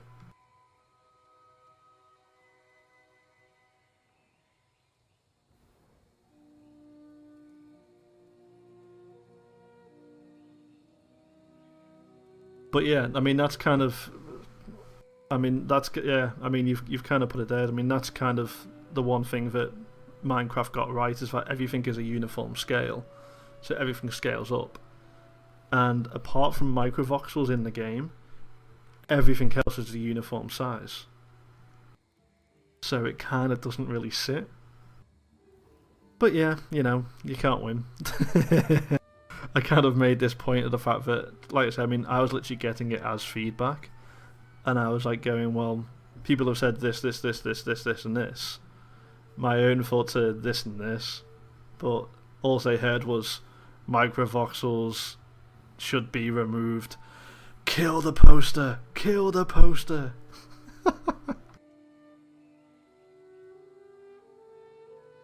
But yeah, I don't know.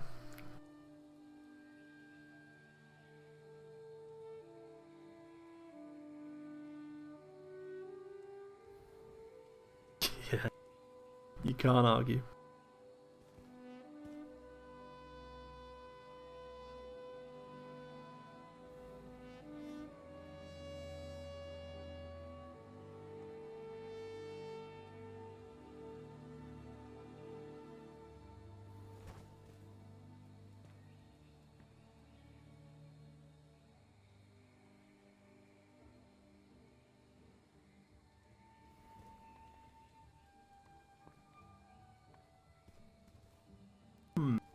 Let's see if this version will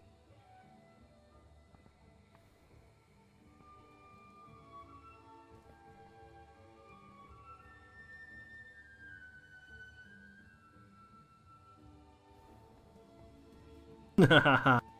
Nope.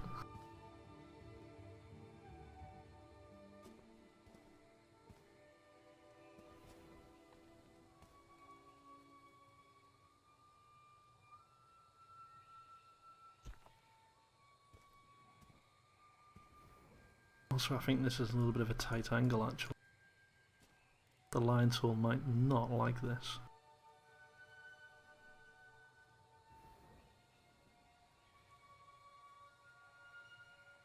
No, it was fine once I placed the block.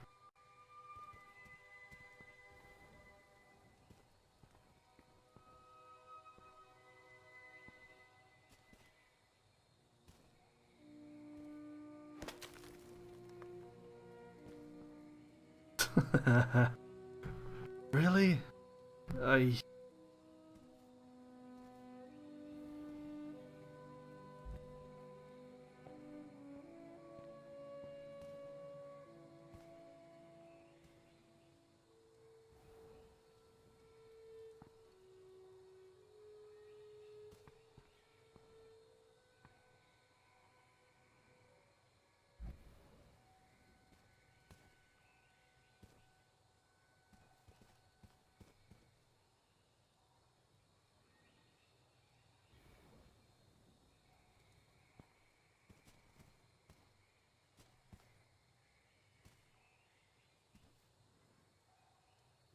No, I mean this is kind of the one thing with some of the tools in alpha is that you do kind of have to be patient with it at times because sometimes they misbehave at the minute, but you know that happens.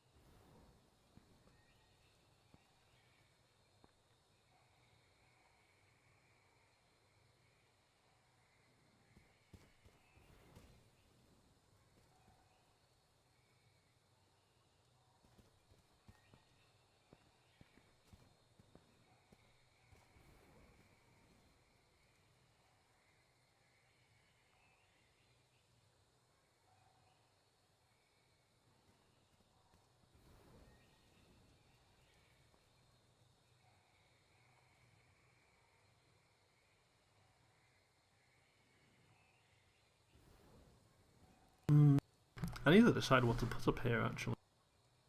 I still don't know.